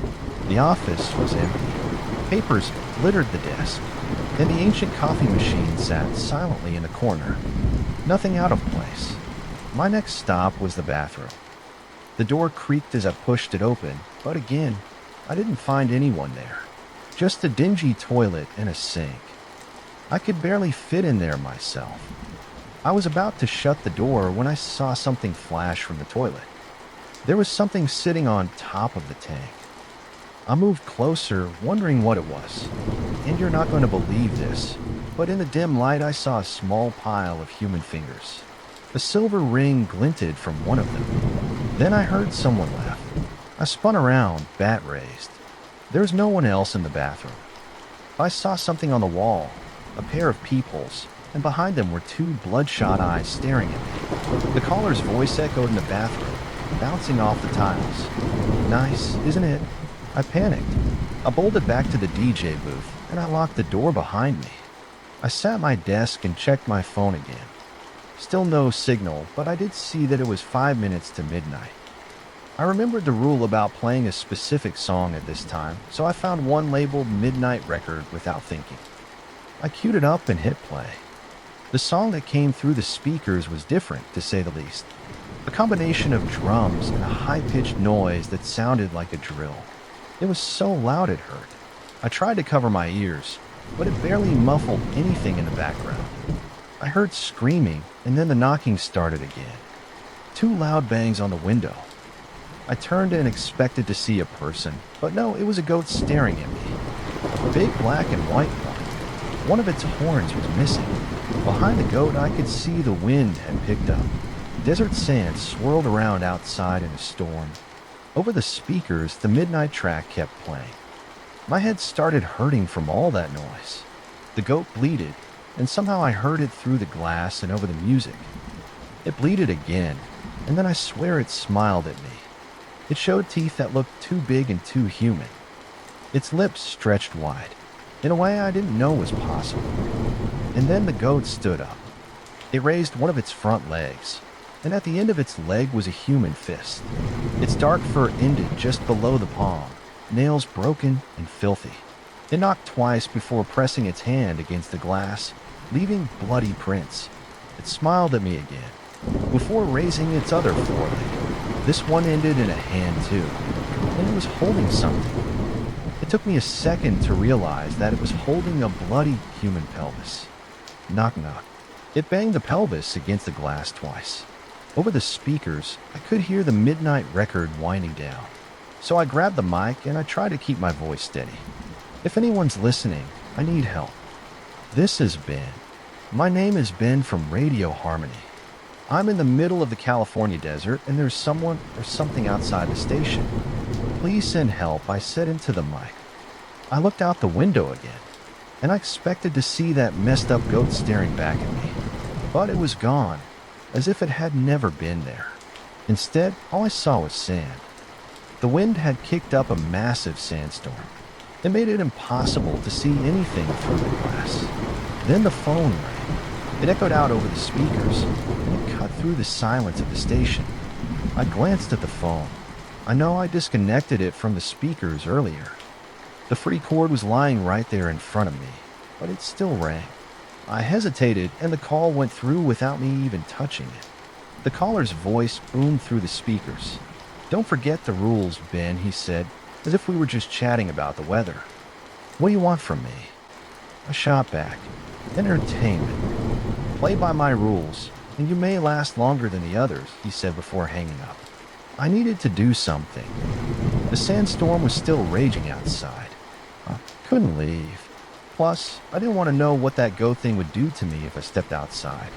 After queuing up enough songs to cover me for the next 30 minutes, I decided to take a closer look around the station. The first stop was the office again. Dust covered everything. It was like no one had done any cleaning in decades. I started going through the papers scattered across the desk.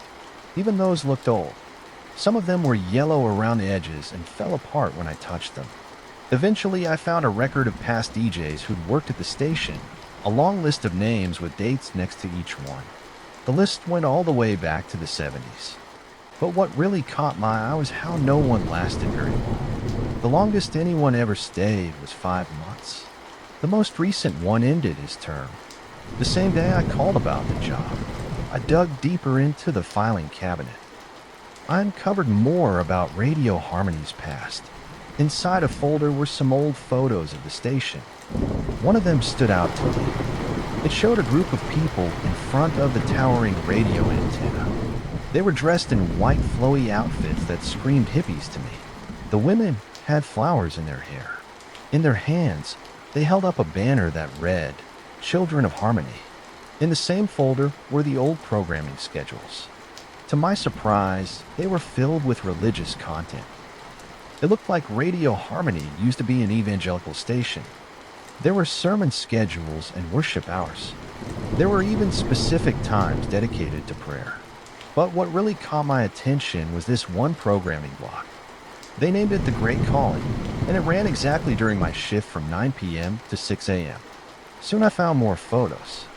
Most of them looked normal. Stuff like the tower being built, two of the hippies in the DJ booth, that sort of thing. And then I saw one that was a group of people dancing in a wide circle. The desert around them was a blur of sand. They were out in the middle of a sandstorm. They didn't seem to notice the storm at all. It was like they were in a trance. The next photo was of two men with their backs to the camera feeding goats. One of the goats had a horn missing. Then there was a photo of two women. They were sitting high up on the metal beams of the radio tower. The desert spread out far below them. They were both smiling. One of them looked like they were about to laugh, but their hands were tied to the bars with white ribbons and flowers. What the hell were they trying to do? What was this station really for?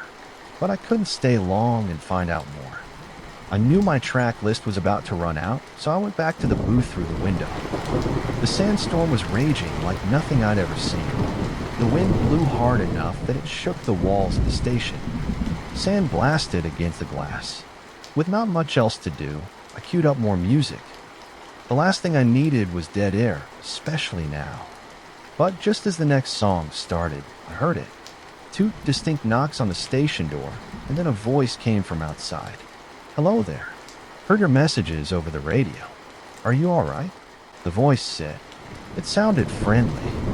Relief washed over me at the sound of another person. Yes, I'm here. You don't know how glad I am you've come. Everything.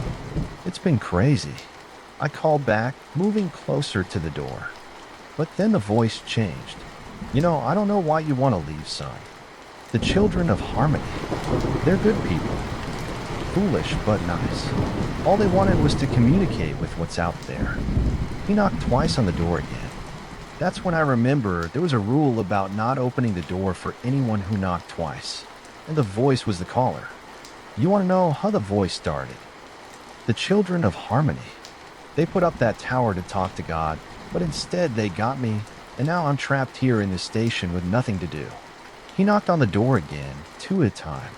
There's a whole lot of bones buried out in the desert, man. Pretty soon I'm gonna add yours.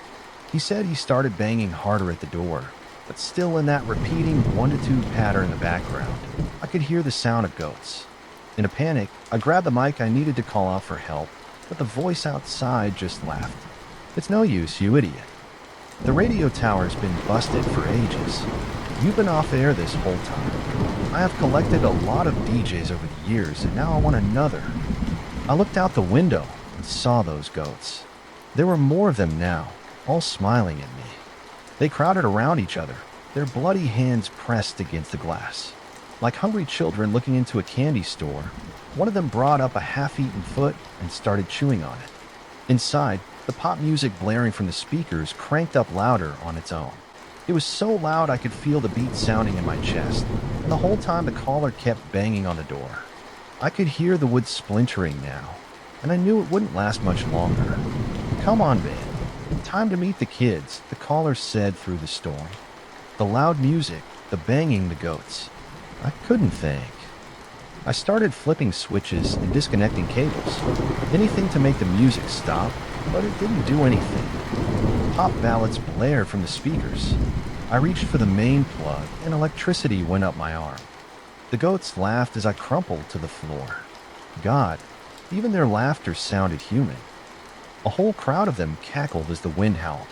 As I fell, I knocked over a stack of papers. Under them were some old vinyl records. I sat up and I saw that they were gospel music. Wait a minute. I looked around and I saw an old record player sitting in a corner. It was worth a shot. I put one of the records on, the needle dropped, and powerful organ music filled the station. I felt the bass vibrate in my chest. It was beautiful. Then the lyrics kicked in a low, soulful verse about protection and deliverance from evil. The knocking stopped. The loud pop music cut off. I looked out the window and I saw that the human go-things had disappeared.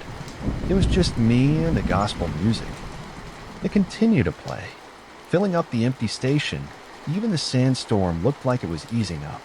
I sat back in my chair and I let out a long sigh of relief. I let the record play. As it was winding down, I heard the wind pick up again, and I quickly switched to another record. The desert calmed back down as soon as the first worship song started. For the rest of the night, the phone stayed silent. No more calls, no more banging. There were no more goats either, thank God. Just peace. Eventually, I could see the sun start to rise. I looked at my watch. It's nearly 6 a.m., almost the end of my shift. And that was when I remembered the last rule. Play the goodbye song. I started cleaning up, reconnecting wires, and turning the laptop on again. I found the track named The Goodbye Song, and I queued up to play right at 6 a.m. The track was odd. It was just static, with a voice repeating "come out" over and over again. As soon as I finished, I walked right out the door. The desert was calm, and the morning sky was clear. And that was when I found a white envelope lying on the ground. My name was scrawled on the front, in the same handwriting as whoever wrote those rules. I picked it up and was surprised at the weight of it. Inside, I found a huge stack of bills. It was more money than I'd ever held in my life, enough to last me rent for months. Along with the cash was a note signed by the caller. I've been retired for almost 8 years now. 8 whole years. My, how the time does fly. I have to say, I've got mixed feelings about retirement. On one hand, I appreciate having more time to spend with my wife and our grandkids. I've spent most of my life saving up a nice little nest egg, and now I can finally enjoy it. My wife and I have been taking some of those vacations we always talked about taking. I've had a chance to see more of the world and enjoy my life on my own terms.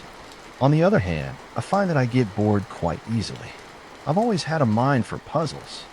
I like the challenge of them. Back when I was working as a fisherman, they kept me occupied while I was out at sea. Then when I got too old to be at sea, I thought I might as well put my brain to some use and started working for the government. Inspecting ships to make sure they were up to snuff, and eventually investigating marine accidents.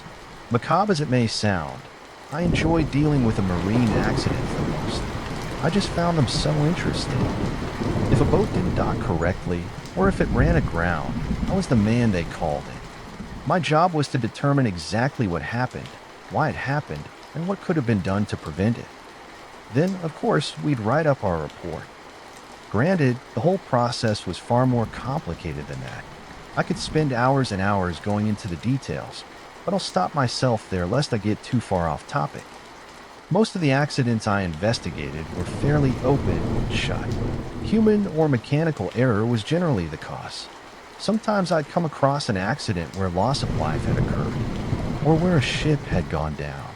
But those typically weren't that difficult to figure out either. People are stupid, and the sooner one accepts that, the sooner one will make peace with the world around them. In each case, I do my investigation, report my findings, and leave it to the proper authorities to handle the rest. It was an interesting career, and I enjoyed it immensely. I spent about 15 years investigating these accidents, and as fascinating as many of them were, none of them have stuck with me, quite like the last one I ever worked on. The only one we never actually solved. See, with every other accident I've investigated, there is always a clear-cut explanation. Someone made a mistake. Someone was being an idiot. A piece of machinery was not properly maintained. There was always a cause that could be determined, but the sinking of the Walter was different. I've gone through the details over and over again in my mind, and I've yet to find an explanation to any of it that I consider satisfactory. For 8 years now, it's vexed me. My wife has told me time and time again to let it go. But, well, that's far easier said than done. She doesn't know what I know. I've never shared the details with her. Technically, I shouldn't be sharing the details now, but a few glasses of whiskey on this nostalgic night have loosened my lips a little. Yes, I know the saying. Loose lips sink ships. But the ship has already sunk, hasn't it? What harm is there in putting it out there? All these years later, maybe someone else will see something I've missed. Maybe the obvious answer has been staring me in the face this whole time. Maybe. The Walter was a reefer ship sailing in from South Africa. For those who don't know what a reefer ship is, it's more or less just a refrigerated cargo ship. Reefer being shorthand for refrigerated, you damn hippies. They use them to transport perishables that require a temperature-controlled environment. Fruits, vegetables, meat, dairy, and the like. On February 7, 2015, the Walter was scheduled to make port in Montreal, only it never actually arrived. There had been some concern already. Since the last communication from the ship had come roughly 3 days before, the Walter was also known to be a fairly old ship. They'd had technical issues in the past, and on top of that, the entire area had been ravaged by a fairly nasty snowstorm that day. The ships that did come in came in with layers of ice crusted onto their hulls, while Walter's delay was concerning. It was still considered likely that the boat had simply been delayed by the storm and that their radio silence was on account of some kind of technical issue. However, when the Walters still hadn't arrived by February 8th, people started getting worried. A team had been dispatched to look for the ship, moving down St. Lawrence River for either a sign that the ship was en route or that it was in trouble. They found nothing. No sign of Walter. No sign of an accident. Nothing at all. In fact, as far as the team could tell, Walter hadn't even made it to the St. Lawrence Seaway. So the search was expanded. They started searching the Gulf of St. Lawrence, and there at last, they found it. Or I suppose it might be more accurate to say what was left of it. I can still clearly recall the photos that were sent to me of the wreckage. I remember staring at them, trying to figure out just what exactly it was I was looking at. The pictures showed something that somewhat resembled a large iceberg. It wasn't until I looked closer that I even saw the ship. Only part of the bow and the upper deck were exposed. The rest was almost completely buried in the ice.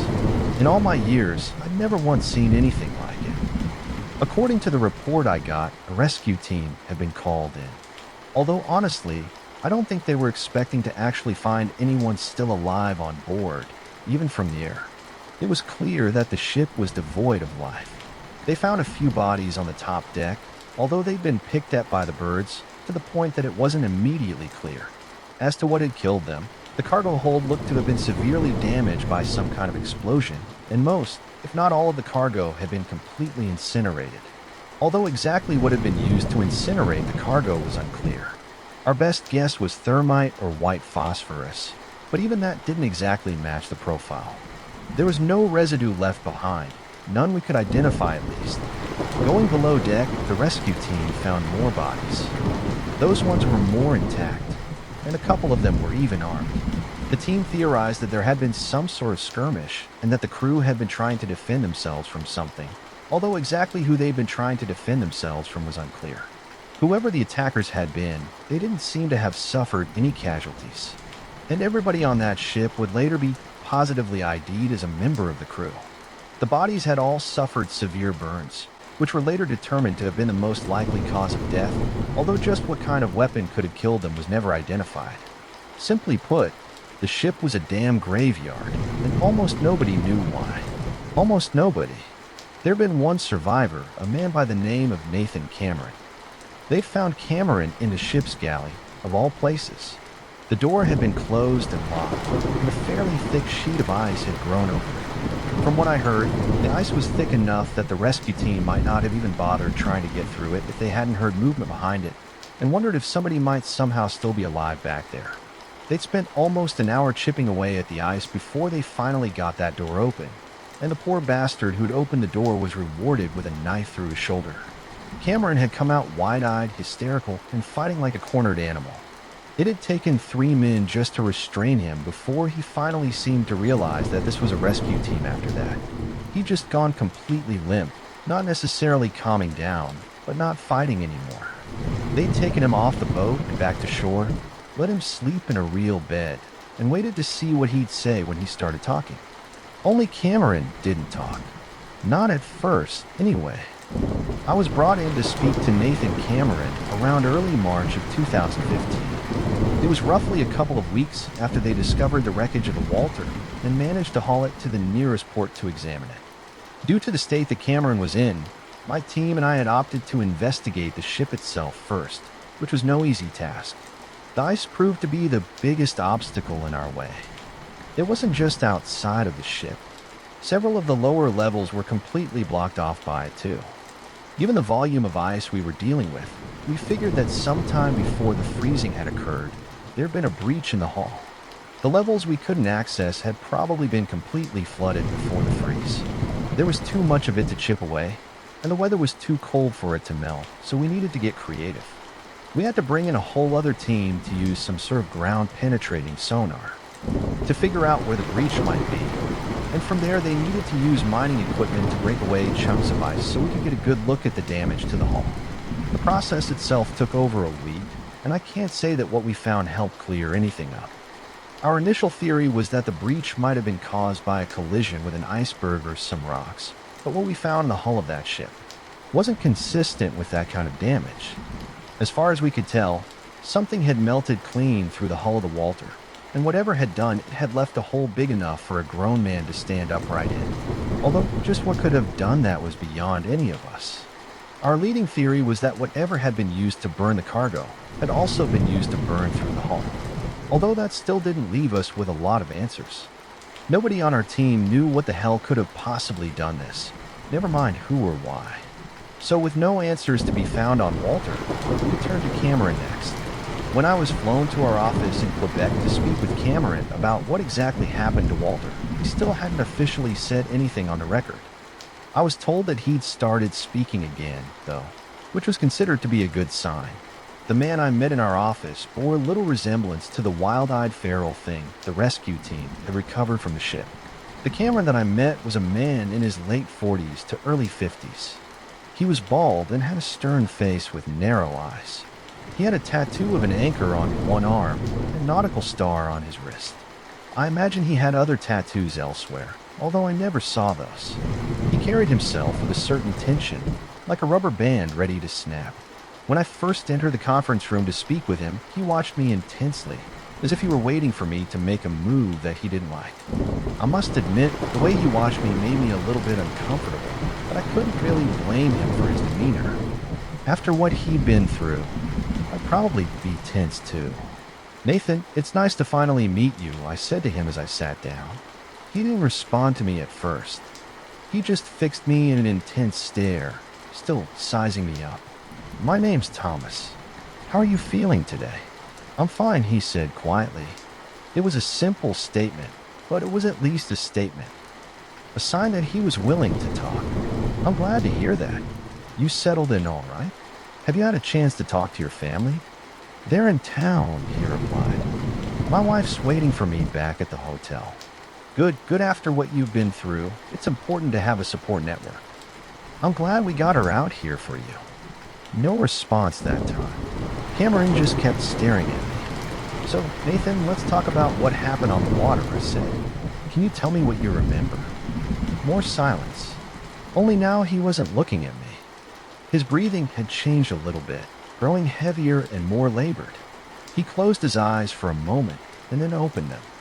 I gave him a few moments to compose himself. "Nathan, if you don't want to talk about this today, I can come back later when you're ready," I said. "I just want to understand what happened out there." "You saw the ship, didn't you?" He finally said. "That didn't tell you enough." "It had told us a lot," "Yes," I said, "but we still have a lot of unanswered questions. I was hoping that you could fill in the gaps for us." Another pause. Nathan was back to looking at me now, although after a few moments, his expression softened a little. "Where do you want me to start?" he asked. "Let's start with what you remember. Walk me through the series of events as you recall." Cameron gave a slow nod and fell silent again, choosing his words carefully before he spoke. "I suppose I'd best start with what we saw in the Atlantic then," he said. "It was about 8 days after we'd left Durban. Or I guess you could say we first noticed it 8 days after we left Durban. I didn't see it at first, but I heard some of the others talking about it, seeing something out on the water at night, seeing something. I asked. Lights in the sky, he began. Not stars, something else. We thought it was just some planes flying past at first, but the more we saw him, the more we started to think there was something else going on. Like I said, I didn't see him at first. I just heard others talking about him. But you did see them, right? I asked. Cameron nodded.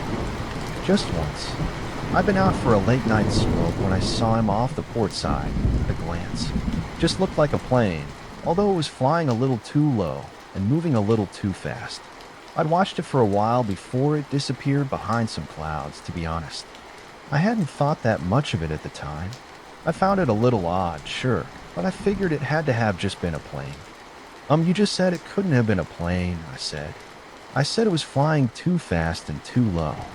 It was odd, but I didn't think there were a lot of other things that could have been. You see something flying in the sky. Your immediate thought is that it's a plane, right? Yeah, this one was weird, but I didn't think there was anything else it realistically could have been. I'm sorry.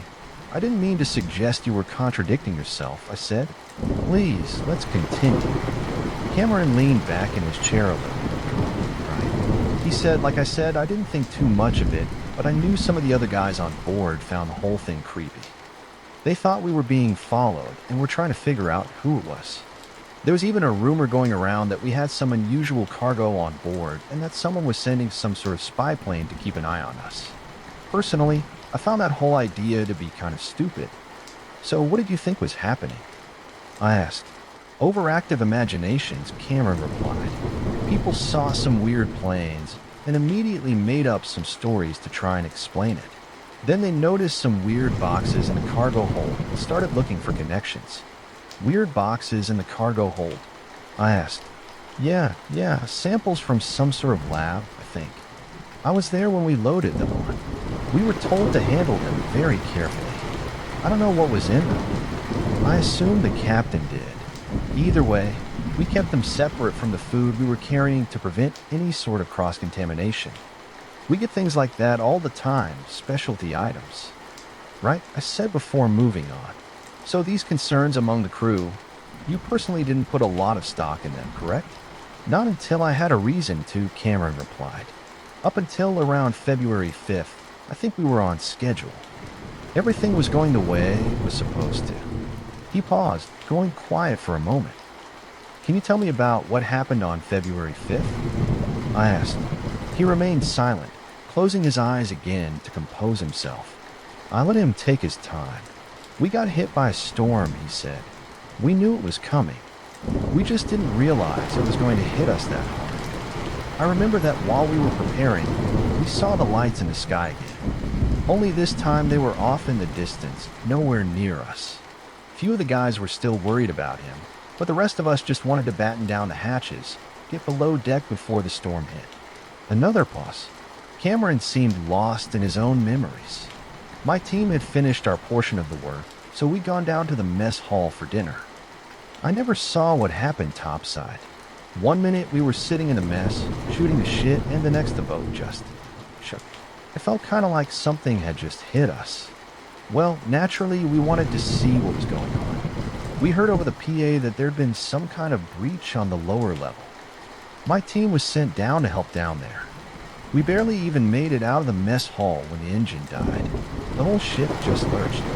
I almost fell flat on my face. I don't suppose you know what caused the engine failure, do you? I asked. Cameron just shook his head. Sorry, don't know anything about the breach either, other than there was one. Whatever hit us must have put one hell of a hole in our ship, though. The flooding was pretty bad by the time we made it down there. We were pulling men out and trying to seal off the flooded levels when the freeze hit us. The freeze? I asked. Cameron gave a single nod. I don't know how else to describe it. One minute, the water was flooding in. Next, it was ice. It just almost came out of nowhere. God. Some of the guys who were in the flooded hallways were knee-deep in the water when it just froze around them. They started fighting to get out. A couple of them did. The rest were stuck. Zach, the officer in charge at the time, sent me to go and get some more help. He sent someone else to the bridge to radio in for help. But before either of us made it topside again, that's when everything went to hell. What happened next? I asked. Honestly, I don't know, Cameron replied.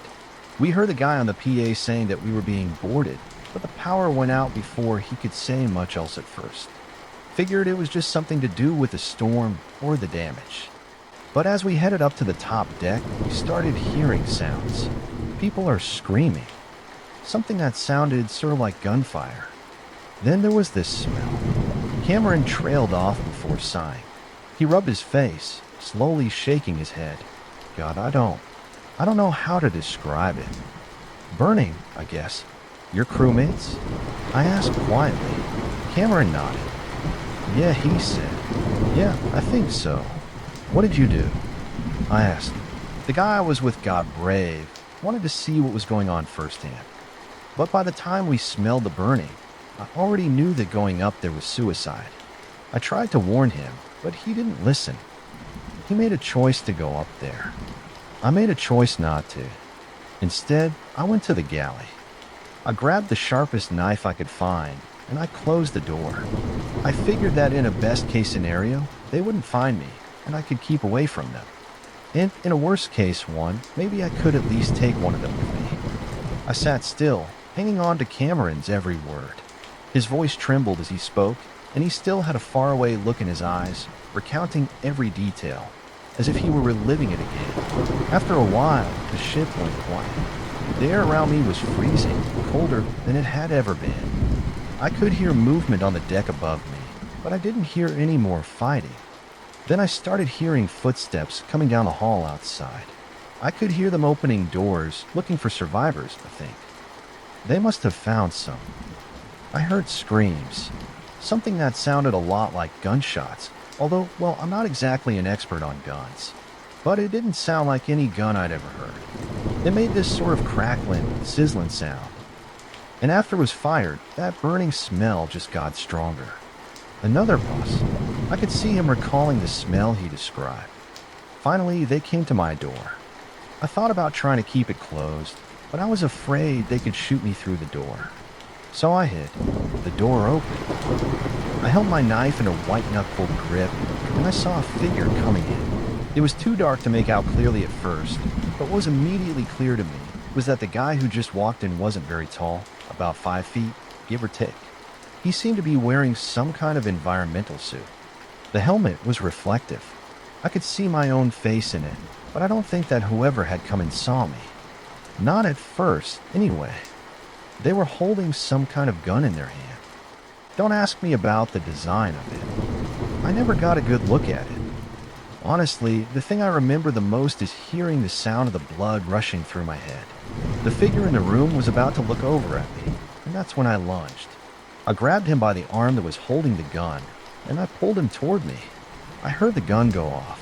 It made the same sizzling noise I'd heard earlier, and I could feel this heat on my left side, but I never saw any sort of muzzle flash. There were some dish towels on the counter beside me that caught fire, and they were just about the only light through which I could see what I was doing.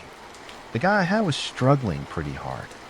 He wasn't strong, but he was fighting. So I took the knife and I stabbed him in his chest. He didn't scream. He was just silent. He was still fighting and trying to get away from me, and I was trying to keep a hold on him. I ended up ripping the knife out of him, and he tried to make a run for it. He almost slipped away from me, but I grabbed him, dragged him back in. His head slammed against the counter, and his helmet broke open. That was when he turned to look at me, and that was when I saw his face. What did he look like? I asked. Like something out of a damn sci-fi movie, Cameron replied. He had these eyes, big, black, and shiny, and that was just about all he had. Not much of a nose, a small mouth. The eyes took up most of his face, and there was just no expression in them.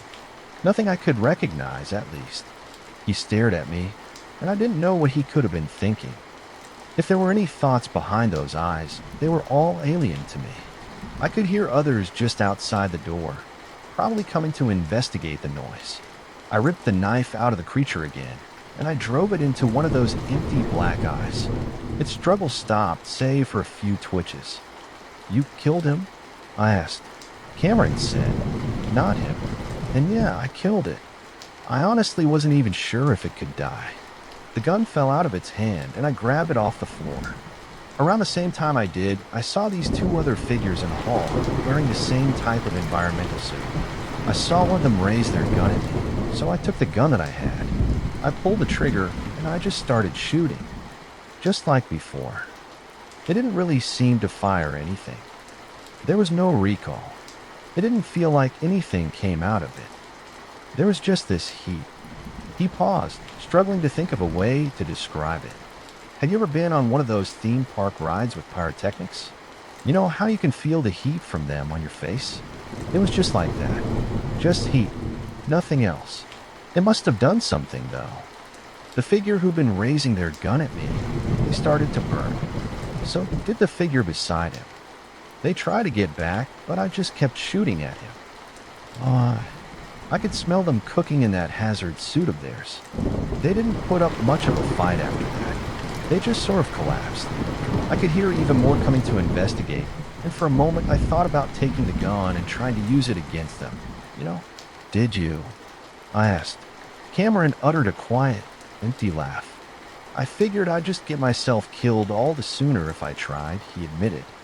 I mean, whoever they were, they probably had a way to counter their own weapons, right? Even if they didn't, all they needed to do was point and shoot. So no, I didn't go all Rambo on them. I closed the door again, and I waited to see if they'd come for me a second time. Did they? No. But I heard him outside, probably trying to figure out just what to do to me. I just sort of held my ground. I put out the fire that had started earlier, and I waited. The whole time, I was waiting for him to come in and kill me. I could hear their footsteps out there. I figured they must have been doing something, but nothing ever happened. They didn't make a move, and neither did I. So this standoff? I asked. How did it end? They left. He replied plainly. After about, 15-20 minutes. Something else made the ship rock. Some sort of explosion, I think. I was sure the entire damn ship was going down this time, but it didn't, and my friends outside didn't seem too worried about it. After a few moments, I heard their footsteps getting farther away, and then nothing at all. I went to the door to see if I could hear anything, but there was nothing out there. They weren't even gone 20 minutes when the body of the dead one started to burn. Burn? I asked. Yeah, the suit just started smoking, and I could see the body sort of burning inside. The whole thing kind of freaked me out, so I used the side door to make my way into the mess hall and get away from it. The body burned for about another 20 minutes or so, before the fire died down. Around the same time, the gun started doing the same thing. It got so hot I had to drop it, and sort of just burned itself away. Why? I asked. Hell if I know, Cameron said. Maybe some sort of protective measure. Whoever it was didn't want their tech falling into the wrong hands. Maybe the guys outside had hoped that the fire would kill me. Who knows? Either way, when I went to check on the body later, there wasn't much left. Just this scorch mark where it had been. Same for the gun. So there was nothing left behind it. I asked. Just the marks on the floor. After that, I waited a few hours before trying to get out of the mess hall, but the door wouldn't budge. Neither would the door to the galley. The rescue team told me they were both frozen shut. I'm not sure if that was an accident or somebody's way of keeping me from causing any more trouble. Either way, I guess I'm lucky I got stuck in the galley. The food there kept me alive for the next few days. The power never came back on, but they had some perishables I could eat. I see, I said quietly. When the rescue team found you, you attacked one of them with a knife, is that correct? I asked. I thought that those things had come back for me, he said. I panicked. As soon as I realized what I'd done, he trailed off. I was in that room for 3 days, freezing my ass off, trying to stay alive, waiting to die. I wasn't exactly myself when they found me. Of course not, I said. I'm sorry, I wasn't trying to insinuate anything. It's just, I have to say your retelling of things sounds a little... Cameron's expression darkened. You don't believe me? He asked. I do believe you, I said. But like you said, when we recovered you, you weren't exactly in your right mind. I'm just suggesting that there may have been some details you're misremembering, the figures you saw.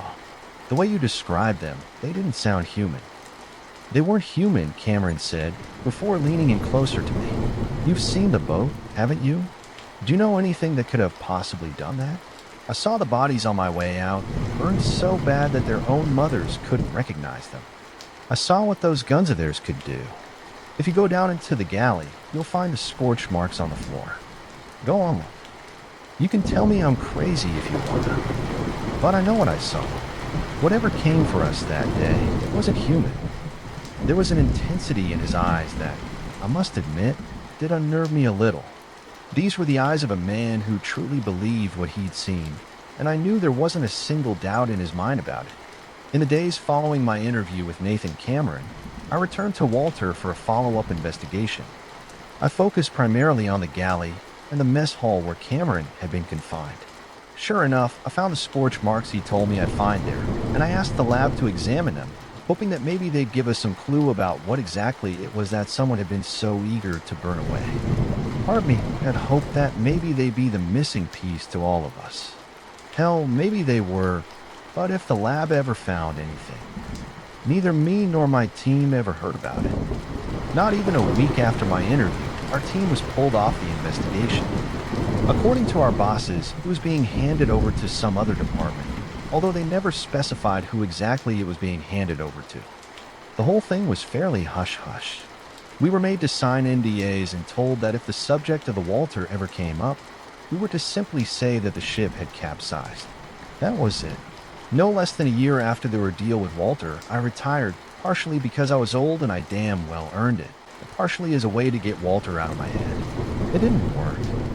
I spent the past 8 years lying awake at night, going over the evidence in my head. I've replayed my interview with Nathan Cameron over and over again in my head. So many times that I'm quite sure I've written down every word exactly as it was said. I tried to piece this thing together in a way that makes sense, but nothing quite fits. The closest thing I've got to an answer is that this was some sort of espionage thing. I think it explains why the cargo was burned and why the investigation was taken off our hands. But that answer doesn't quite fit. I can't think of a weapon on Earth with the ability to burn a hole through the hull of a ship like that. Nor can I think of any possible way that someone could have so perfectly frozen the water around a ship.